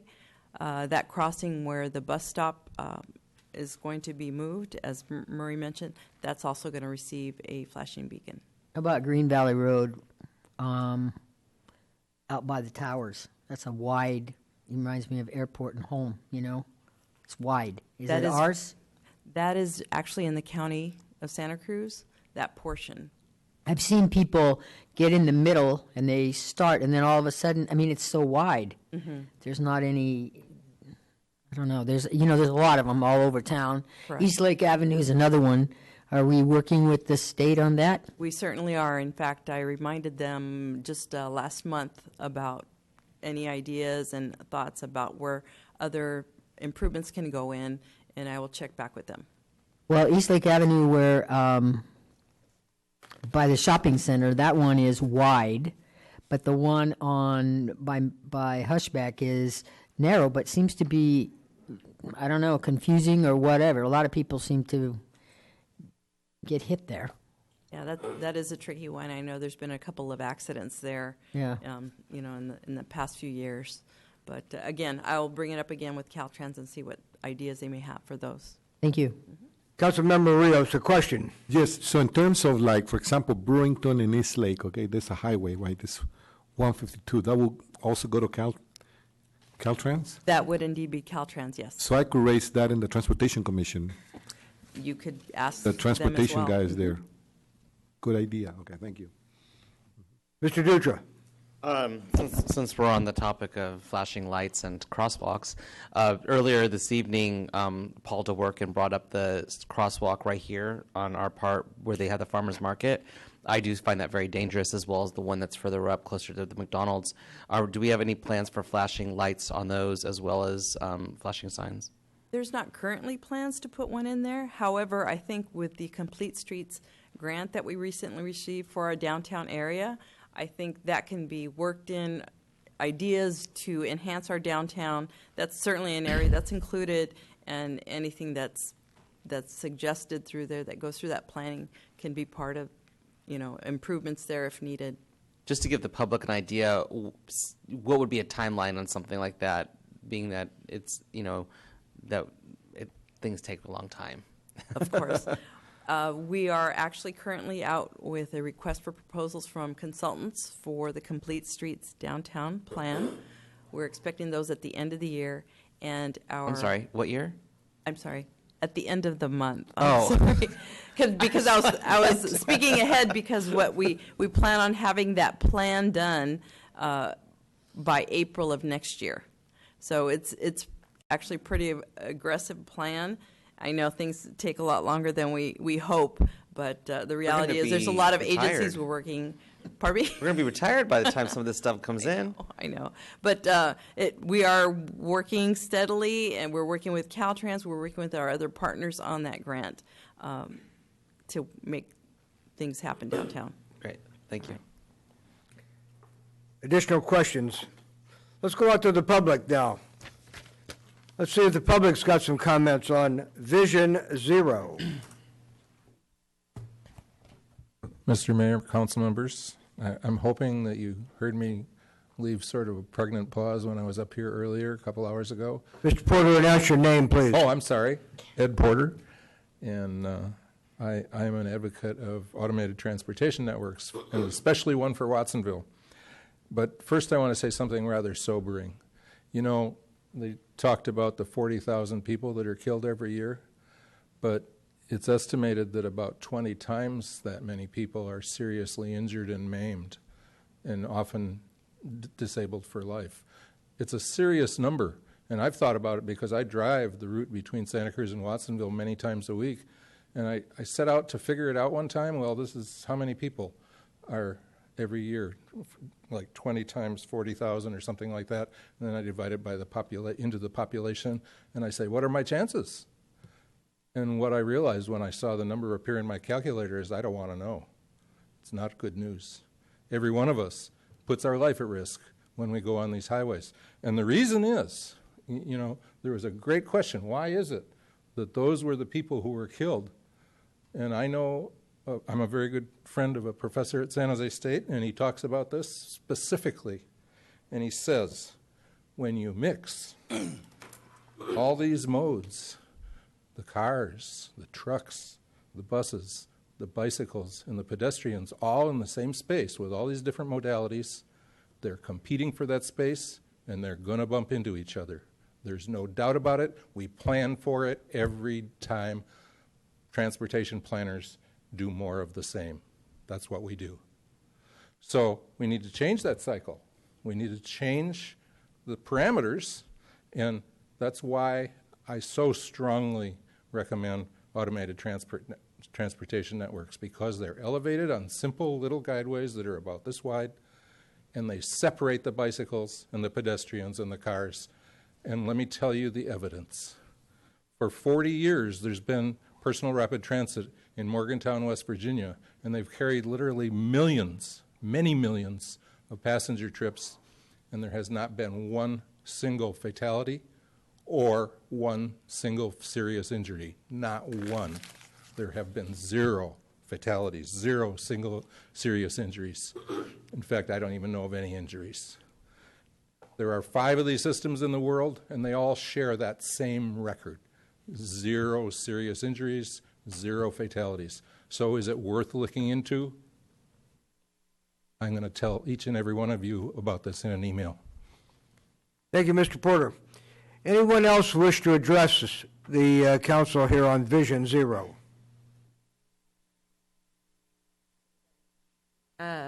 Gina Cole, partially representing Gina Cole and partially representing PVPSA. We have a teeny tiny grant through the through the CDC, the Centers for Disease Control. And part of that is to be in support of policy and activities that promote a healthy lifestyle. It ties into our tobacco program in a way that we're encouraging people to do something healthy instead of do something not healthy, encouraging people to, be active transportation. So part of that, and with a little bit of work with the California Bike Coalition, is to really work on that relationship with Caltrans. And I think that Watsonville has done that pretty well. I mean, we share a lot of streets with Caltrans, and our main thoroughfare, our main street, Eastlake, and Riverside are all Caltrans owned.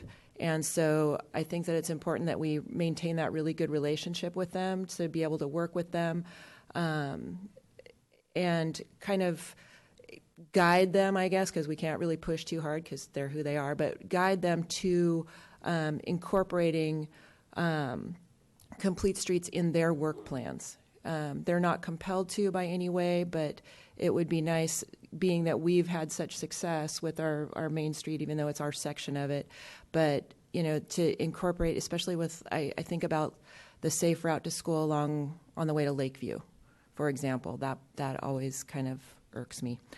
I think it needs to be a lot safer for kids on bikes and cars. And then the other piece that we brought up tonight was the education piece, one of the 6 E's. Another thing that I believe, just as taking off my PVPSA hat, but in my Gina Cole hat, is that we don't have driver education in schools anymore. And I see that as a really big factor in how kids learn how to drive, whether kids learn how to drive from someone that's qualified to teach them, or from their parent or from their older brother. And, as Maria Esther? Yes, Maria Esther said, cars go faster. Cars are more powerful. We just don't have a good grasp on that education piece, especially with our youth in our 16s through basically our 16 through 21s. So if maybe there's a piece in that Vision Zero that can look for funding or can support bringing back that education piece to our schools where we have kids, kind of as a captive audience. There's no replacement for Storm and Norman Haney. However, there are qualified teachers out there that could teach that program. Thanks so much. Thank you, and excellent points. Anyone else from the public wish to address us on Vision Zero?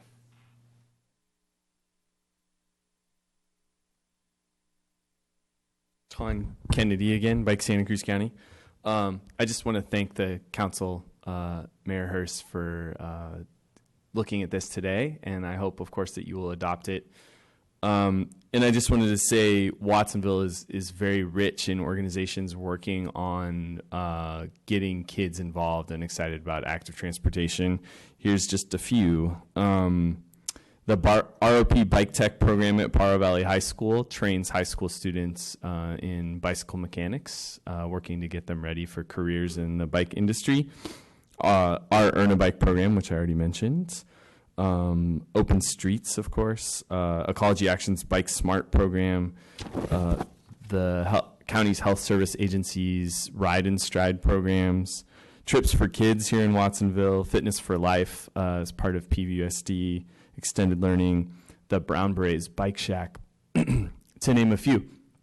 And so we are all working on this, and we see this as the Vision Zero plan and proposal here as a really powerful tool to put the resources where they're needed most. I'm sure you saw the great infographics that Teresa put together, but it's something like 4 miles of roadway that's the source of more than 50% of these major crashes that causing injury and death. So if we can direct our resources there, I know sometimes they're limited, and leverage whether it's grant funding or the work that community members are already doing to make a difference, it will have a huge impact and will encourage the young people we're already working with to continue to choose active transportation for their entire lives. And that's good for everybody, for the planet. So thank you very much. Thank you, Sean. Anyone else? Vision Zero. Yes, good evening. Vic Marani with PVCA. I want to echo many of the comments that were made tonight, but first I want to congratulate all of you for, it looks like, hopefully agreeing to put this flag in the sand and make this commitment. We all, as community members, should be concerned about safety of our fellow citizens, whether they're young or old. And I felt that Councilman Rios made some excellent comments, especially about the need for reflective clothing. And that's something I think could be provided to people, perhaps, if they wish to be out in the evening time. Also, yes, there are a disproportionate amount of seniors that get seriously injured, obviously, when these sorts of collisions take place. It's intriguing to me that Gina Cole came up and spoke, and she's absolutely right. And I would echo many of the things she had to say. I remember back in the day when Mr. Warmerdam was the driver's ed person at a different high school, but we all had our various people that provided that service. And unfortunately, as Nancy will tell you, many of these services have been cut out of the school's district, and Still have it. But I'm just saying that now it's almost like for cost and things of this nature, and it used to not be that way. And so what happens is a lot of these children, they end up learning to drive by playing video games and things like that, and maybe not have the education piece. So I think that's something that we should talk to either the school district or perhaps the County Office of Education about. You had a list of potential partners up there. I would include PVCA if you wish to include us. I'd also suggest perhaps a private sector partner in AAA. We have a AAA insurance business right here in town, and they have to deal with a lot of these issues, and having a representative from them right here in town might not be a bad idea. Many people brought up the partnership with Caltrans and the CHP. I think that's absolutely essential. When I worked for the state government and we had to do many of these safe routes to school grants, it was right along that 152 corridor and where they have 129, and those are all state highways, as we know. So I did want to congratulate the council this past year in really supporting the well-marked pedestrian crossings in downtown. I think that's made a huge, huge improvement, and people are clear that there's people or other folks nearby. And I can't wait for that to happen on Airport Boulevard, since there's quite a bit of speeding going on over there on that side of town. So once again, thank you for taking this on. This is a very important thing, and we look forward to working with you in partnership and hoping there's less people injured or maimed in the future. Thank you very much. Thank you, Mr. Marani. More public input, please. Good evening. Whoa. That's the start. Okay, good. Go ahead. I thought you were Start your engine. I thought you were cutting me off before No, I had a no, chance not to say yet. anything. Hi, my name is Teresa Rogerson, and I'm a staff person for the County Health Services Agency, and also staff the Community Traffic Safety Coalition, as well as our South County work group. And I wanted to say thank you to all of you, Mayor Hurst and council members, for being here this late this evening. you know, as Murray mentioned, this effort is going to be data driven, and so we have started collecting data. And in your packet, you saw this countywide report that we did, as well as this single sheet that we made for Watsonville. And we're going to continue collecting data. And that will include stories from people about the impact of traffic violence on their lives, as well as information on crashes in the community. And so I encourage everybody to continue giving us information about that, because if we wait for data to come out from the state, it's a number of years behind, and it's more important to have current local data. As someone also mentioned, these traffic crashes oftentimes affect the most vulnerable road users, and either ending lives or altering their lives forever. And the people we lose in these traffic collisions are our brothers and sisters, our grandparents, our children, our coworkers. Somehow or another in this country, we've managed to practically eliminate workplace serious injuries and fatalities. And I hope that you feel that we can and should do the same for our transportation system here. We encourage you to pass this Vision Zero resolution. The city of Watsonville is the first elected body to consider this in our county, and I think Santa Cruz and other jurisdictions will be trying to catch up with you this time around, so good for you. And I'd also like to thank the Public Works staff as well as the police department for taking leadership in bringing this vision to you. And as well as our partner agencies who, as Ton and others mentioned, are already doing a lot of the work that I think will further Vision Zero and that we will be able to incorporate into an action plan that's created. So please let us know how we can continue to help make Watsonville a safe and comfortable place for those of us to bike, walk, and drive. And we're happy to continue offering our support and technical assistance along the way. Teresa, thank you very much. And can you tell us why we should strike the word accident from our vocabulary and incorporate collisions and crashes? Yes. That's part of the Vision Zero philosophy, as well as to change the language that we use around traffic collisions and crashes, and use the word collisions and crashes instead of accidents, because we believe that they are preventable. There's reasons why they happen, and those same reasons are the things that we need to address to stop them from happening. Thank you. Thank you very much. So no more accidents. That's what I tell my dogs. I too want to thank staff for their tireless work on that, and I really want to thank Councilmember Felipe Hernandez for kind of bringing this to us. And we've had a lot of bicycle and pedestrian safety work group meetings and Freedom Plan Line meetings, and I know that the Freedom Plan Line is going to incorporate Vision Zero, and let's just make Vision Zero our vision. Any more council discussion? Any comments from the city manager? No, Mr. Mayor. Would someone offer a resolution, a motion to approve? Move the motion to approve. The motion by Councilmember Gomez, second by Hernandez. Any discussion on the motion? I certainly like to see some creation of a lot of different the simulators, I think, is what we're talking about here.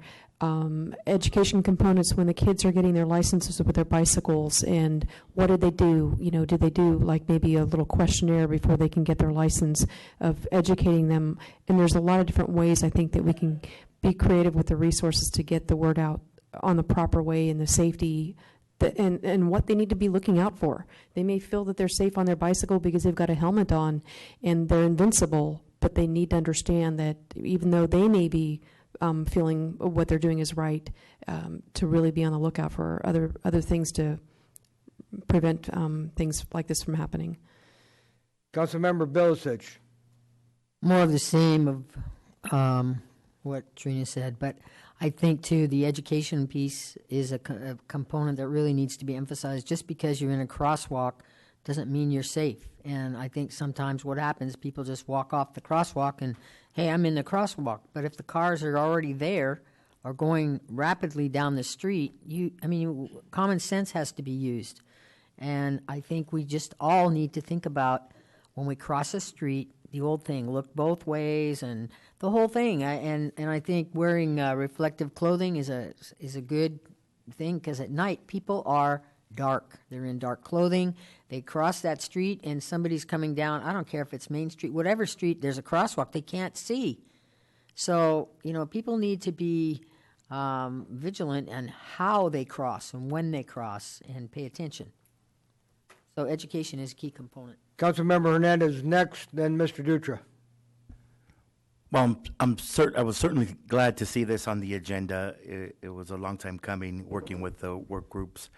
I really hope that all our partners work with us and alert us about all the grant opportunities that are available. I know that the city of Watsonville is probably a top contender for a lot of those grants that are out there, especially from Caltrans, and would most likely be awarded those grants. I am glad that we have all the 6 E's on this Vision Zero resolution. All 6 E's are important, but of the 6 E's, I think that engineering is also very important. It's the one that creates protected bike lanes, beacon crosswalks, traffic calming, and I think those are very important things.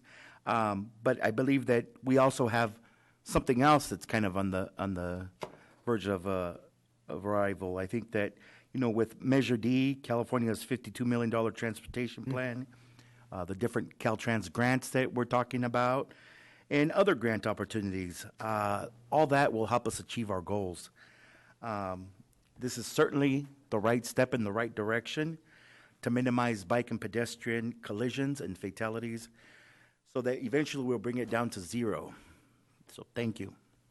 And thank you for helping lead the way. Councilmember Dutra. Thank you. It's getting late. I know I'm loud, but I just want to say thank you very much, for having this Vision Zero. This city was built a long time ago when our population was really small, and we continue to grow. And so the amount of people that are coming into our town, that means more cars. And, we're just, from what I can see, we're starting to become a bike-friendly community. And so actually being able to, redevelop our community into something that's going to provide a safe place for, everybody who wants to have that opportunity to either, ride their bike or walk along a sidewalk or even in a crosswalk safely. We need to make sure that we can offer it. We got to move forward, right? We got to progress with time, and this seems like something that's very, that's something that we need. So I want to say, I hope that we can all work together to make this happen. I'm all about those flashing crosswalks, so if we can continue to make sure that we can get those throughout the city. I've traveled all over California, and all cities are really stepping up with these flashing crosswalks, and they work. Because you can see them from a long distance away. I love what we've done to our Main Street here, but sometimes those crosswalks kind of blend in. So, if we can maybe move forward and try to get something there, that'd be great. And maybe consider all other avenues too. I don't know. I'm just guessing here, but how about like roundabouts? Are those safer as well? Can we work I know they're energy efficient, but are they something that we can continue to work into our community in certain areas? I know the one in Pennsylvania has really worked out great, and people aren't backed up anymore, and people seem to be moving. I see a few accidents there, people learning how to do it still, but for the most part, not everyone's losing their bumpers. But I think we're headed in the right direction, and we need to continue doing it. So thank you very much. Thank you. I think we're ready for a roll call. Yelisic? Yes. Hoffman Gomez? Yes. Dutra? Yes. Garcia? Yes. Rios? Yes. Hey, you skipped me. Hernandez? Yes.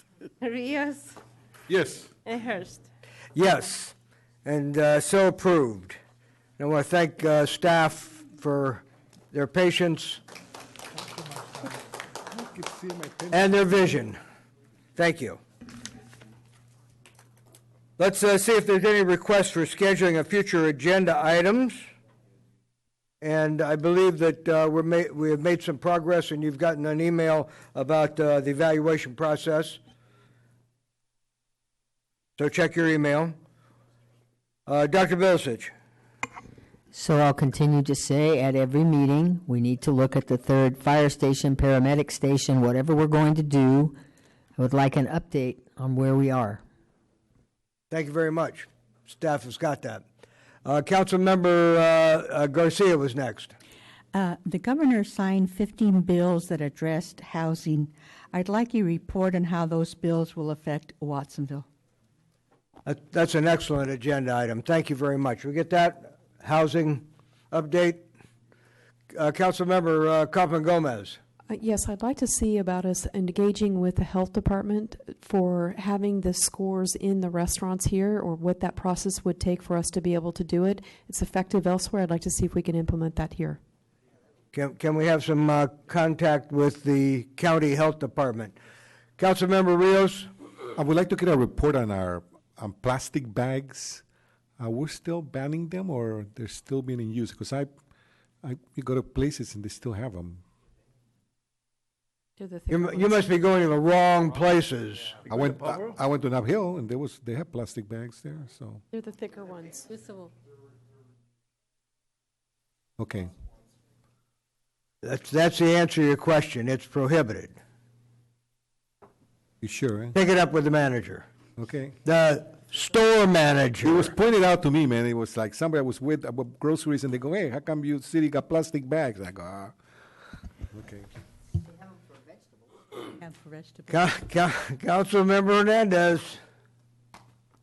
Well, Oscar brought up the plastic bags. How about we take a look at the straws and forks, maybe? Oh, that's and right. Also, I mentioned earlier about the doubling down on our resolution in support of Measure D in its entirety. Staff's got that? Yes, sir. What else? Thank you very much. Nothing emergency of a nature to add to the agenda. Thank you very much, Council. Look, we're getting out of here almost at a decent hour. If we can perfect our technique here, we can hold these meetings to 150 minutes. Thank you, sir. In a time warp. Good work, Mayor. Thank you all.